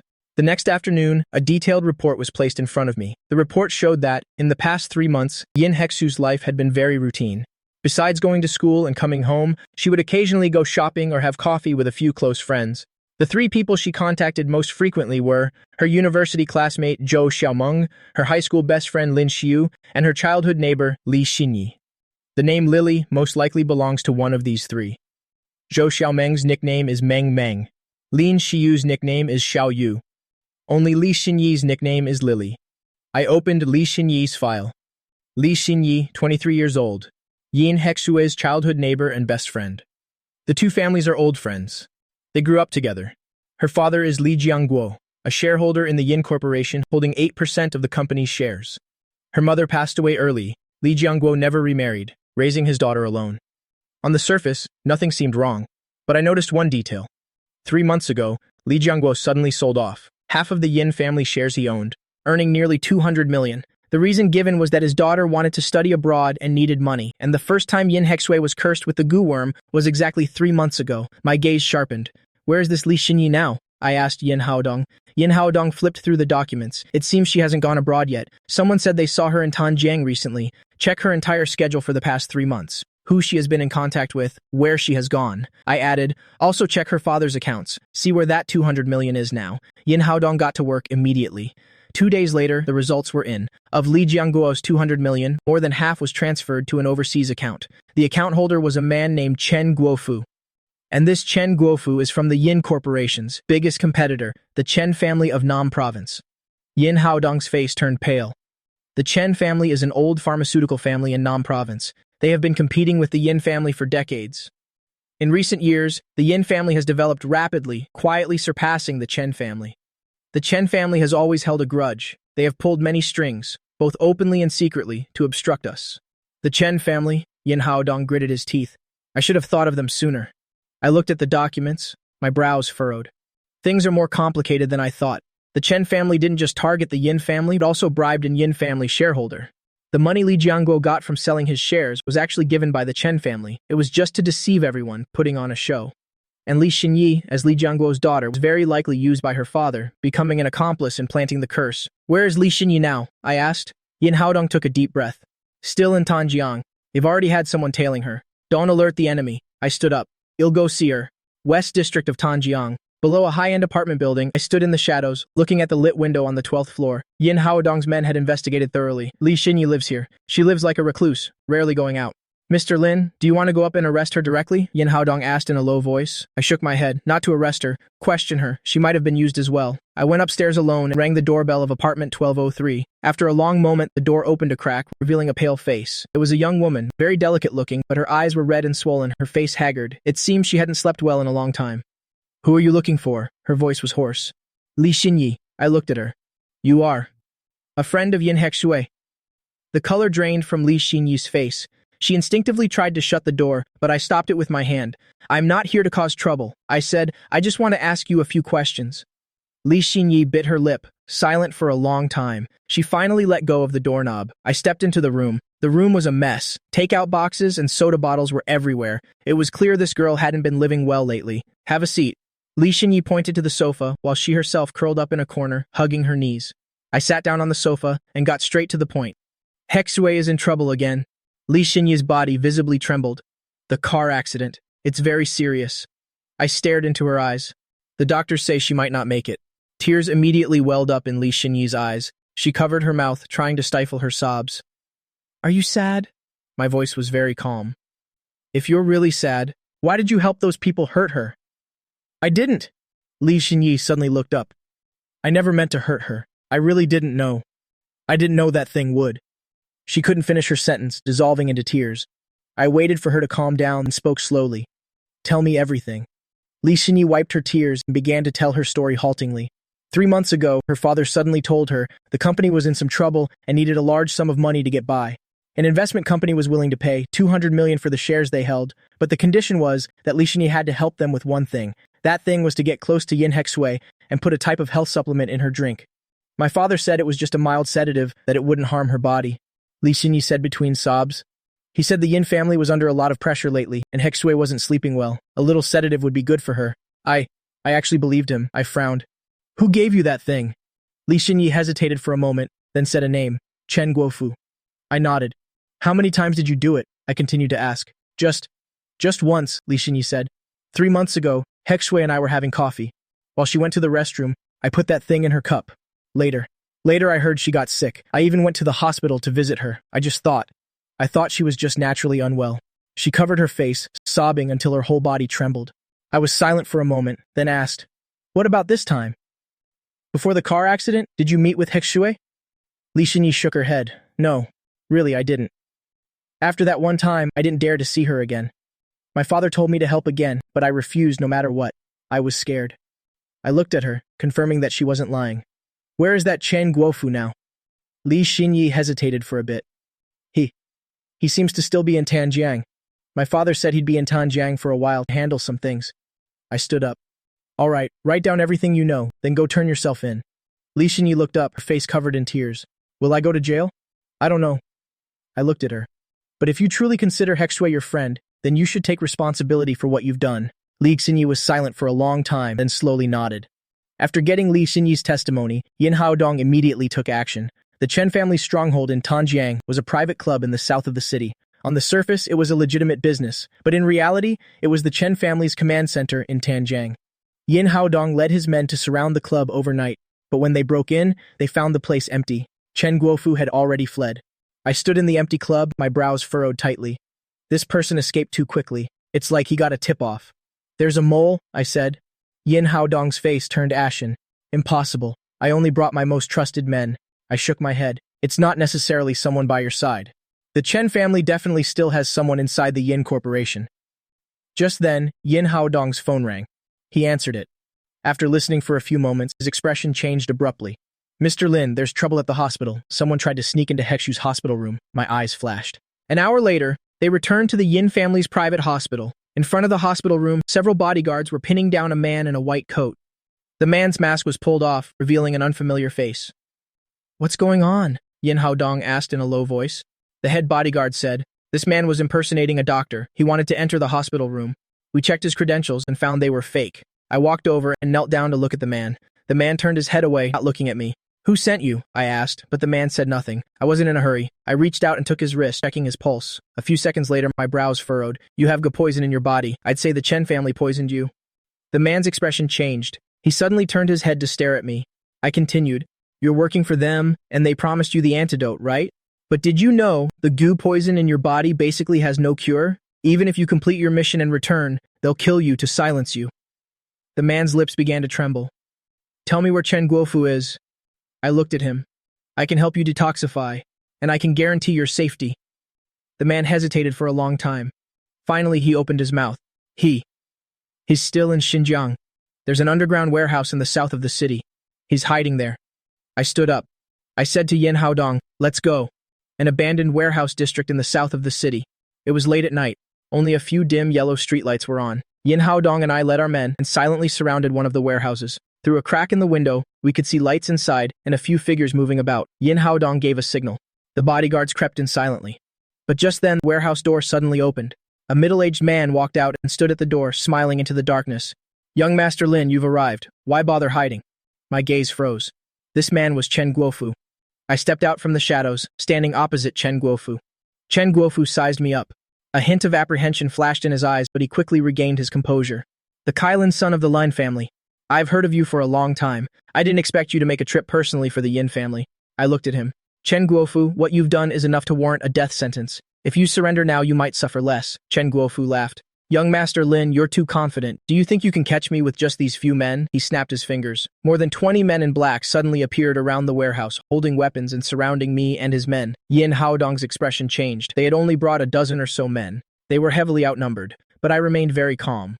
I looked at Chen Guofu and suddenly smiled. Do you think these few people can stop me? Chen Guofu was stunned for a moment, and in the next second, I made my move. My speed was astonishingly fast. Like a black lightning bolt, I shot through the crowd in an instant. Wherever I passed, the men in black fell one by one, without even having time to react. In less than a minute, all 20-plus men were lying on the ground, moaning incessantly. The smile on Chen Guofu's face froze. I stood before him, looking down on him. Do you have anything else to say now? Chen Guofu's legs began to shake. He turned to run, but I grabbed him by the back of his collar, lifting him like a chick. Take him back, I said to Yin Haodong.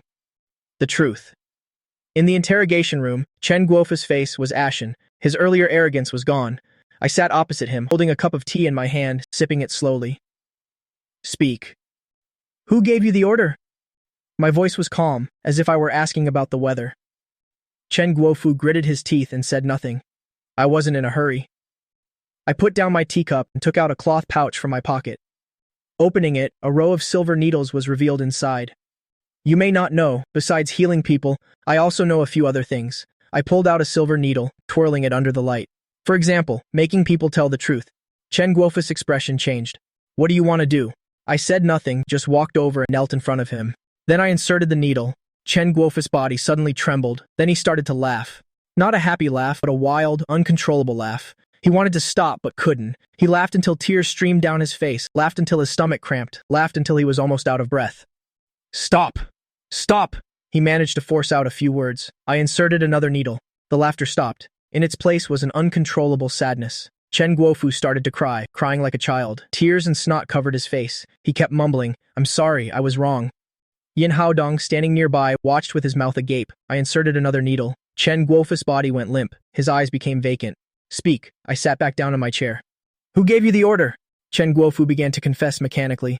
The person who ordered him was the head of the Chen family, Chen Wanian. The target was the Yin family, specifically Yin Hexue. The reason was simple. The Yin family had been developing too quickly in recent years, threatening the Chen family's position. Chen Wanian wanted to use control over Yin Hexue to threaten the Yin family, forcing them to give up market share. As for why they chose Yin Hexue, it was because she was the only granddaughter of the Yin family, the apple of Yin Haodong's eye. Controlling her was like controlling the entire Yin family. Who administered those goo poisons? I asked. It was a sorcerer from Miaojiang, Chen Guofu said. Chen Wanian paid a lot of money to invite him over. He said using goo poison was the safest bet, as it would be untraceable. Where is that sorcerer now? Still at the Chen family's estate. Chen Wanian keeps him at his home, exclusively working for him.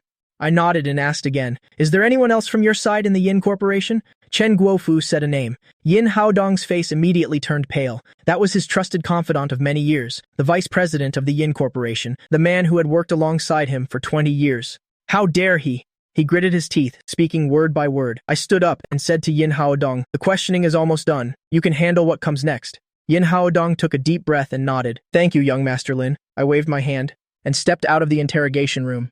Outside, the sky was about to brighten. Time to go back. 3 days later, Yin Hexue woke up. When she opened her eyes, the first thing she saw were the haggard faces of her parents. Lin Yuelin was crying her eyes out. Yin Haodong's eyes were also red, but he held back his tears. "Mom, Dad," Yin Hexue called out weakly. Lin Yuelin took her hand, too choked up to speak. "It's good that you're awake. It's good that you're awake." Yin Hexue's gaze swept across the room, finally resting on the quiet figure in the corner. It was me. I was standing there, leaning against the wall, holding a book in my hand, looking down at it.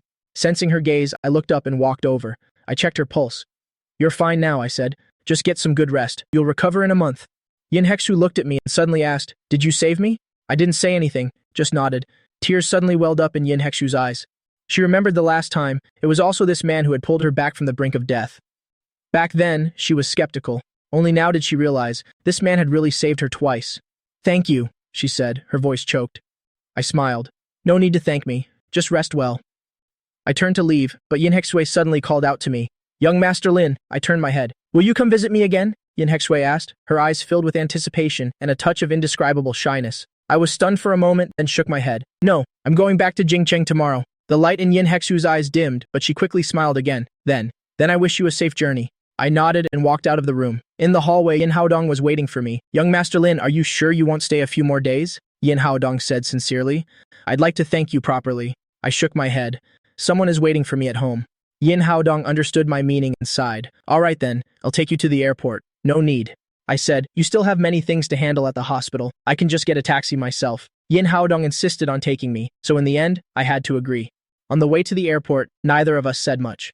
When we arrived at the airport, Yin Haodong took my hand and said solemnly, "Young master, if you ever need anything in the future, the Yin family will never refuse." I smiled.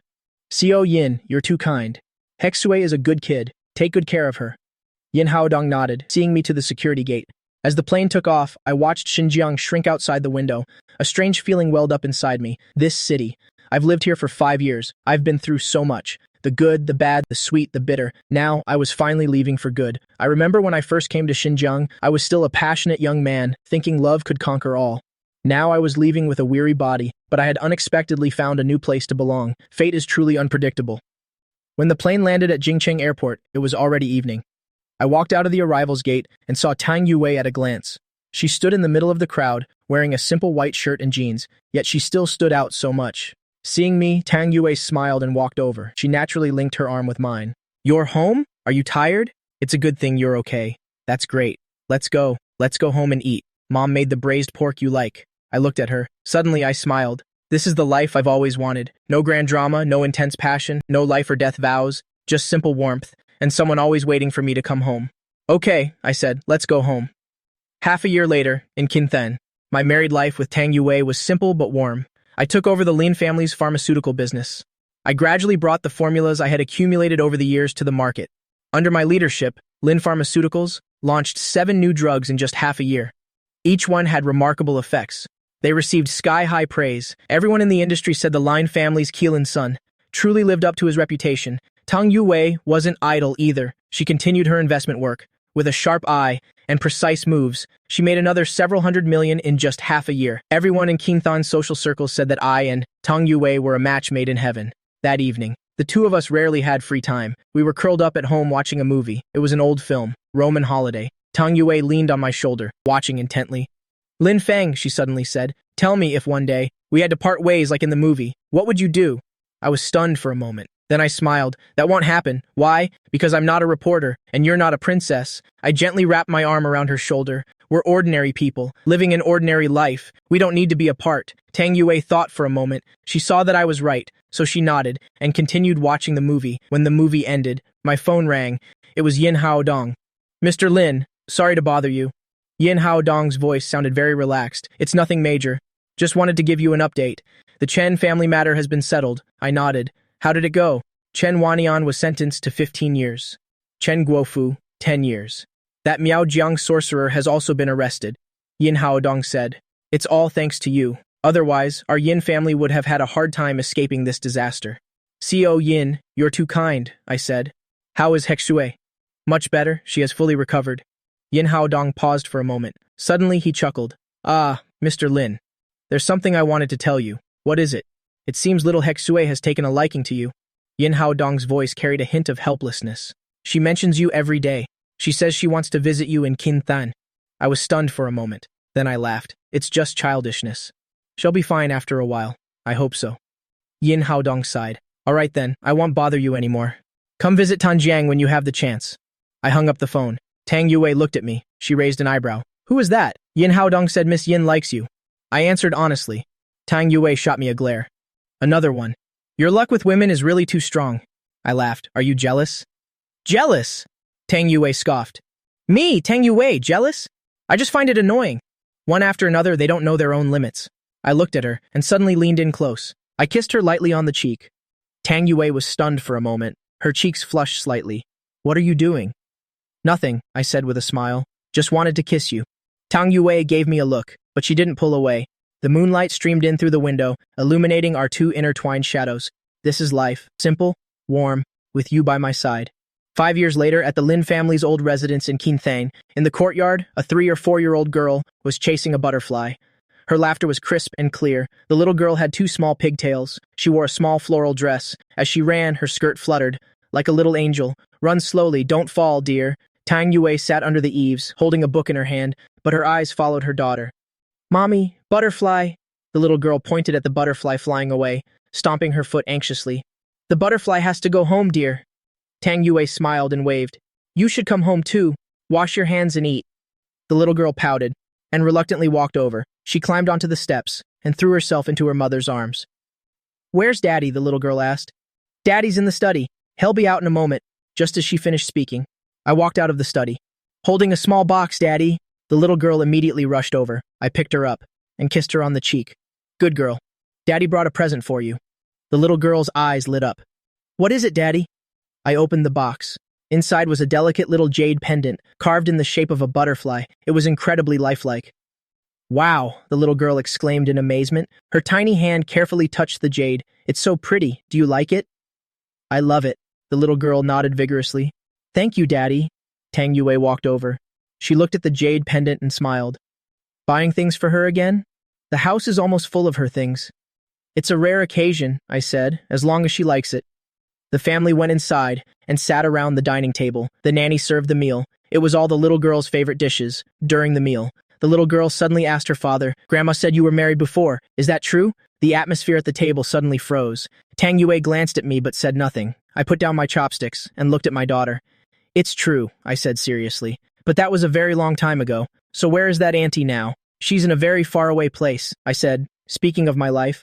The little girl nodded, only half understanding. She asked again, so did you like her? I was silent for a few seconds, then said, I used to, but that's all in the past. Now Daddy only likes you and Mommy. The little girl was satisfied and continued to eat with her head down. Tang Yui glanced at me, a smile in her eyes. She didn't say anything, just quietly took my hand under the table. I squeezed her hand back. The two of us looked at each other and smiled. After dinner, the little girl clung to me, demanding a story. I sat her on my lap and told her a story about a brave little butterfly. While I was telling it, the little girl fell asleep, leaning against my chest. Her breathing was even. Tang Yui came over and gently lifted our daughter, placing her in the small bed in the bedroom. The two of us returned to the living room and sat on the sofa, looking at the moon outside the window. Her kindergarten teacher called today. Tang Yui said, she said our daughter is very popular in class. A lot of the little boys like her. I smiled, just like her mother. Tang Yui gave me a look. Like you mean? She's clearly like you, a heartbreaker from a young age. I laughed. So who is she like then? She's like both of us. Tang Yui leaned on my shoulder. She's definitely going to be a little heartbreaker in the future. It's okay. I held her. I'm here. No one can bully her. Tang Yui nodded. After a moment of silence, she suddenly said, Lin Fang, do you ever have any regrets? I was stunned for a moment. Regret what? Regret the choice you made back then, Tang Yui said. If you hadn't returned to Qinthane back then, if you hadn't married me, what would things be like now? I thought for a moment, then I shook my head. No regrets. Why? Because the life I have now is exactly what I want. I looked at the moon outside the window. Having you, having our daughter, having a family. That's more than enough. Tang Yui smiled and leaned in closer to me. Outside the window, the moonlight was like water. Inside, our two shadows merged into one. From afar came the little girl's sleepy mumble, Daddy, butterfly, Tang Yui, and I looked at each other and smiled. This was their life. Simple, warm, and everlasting.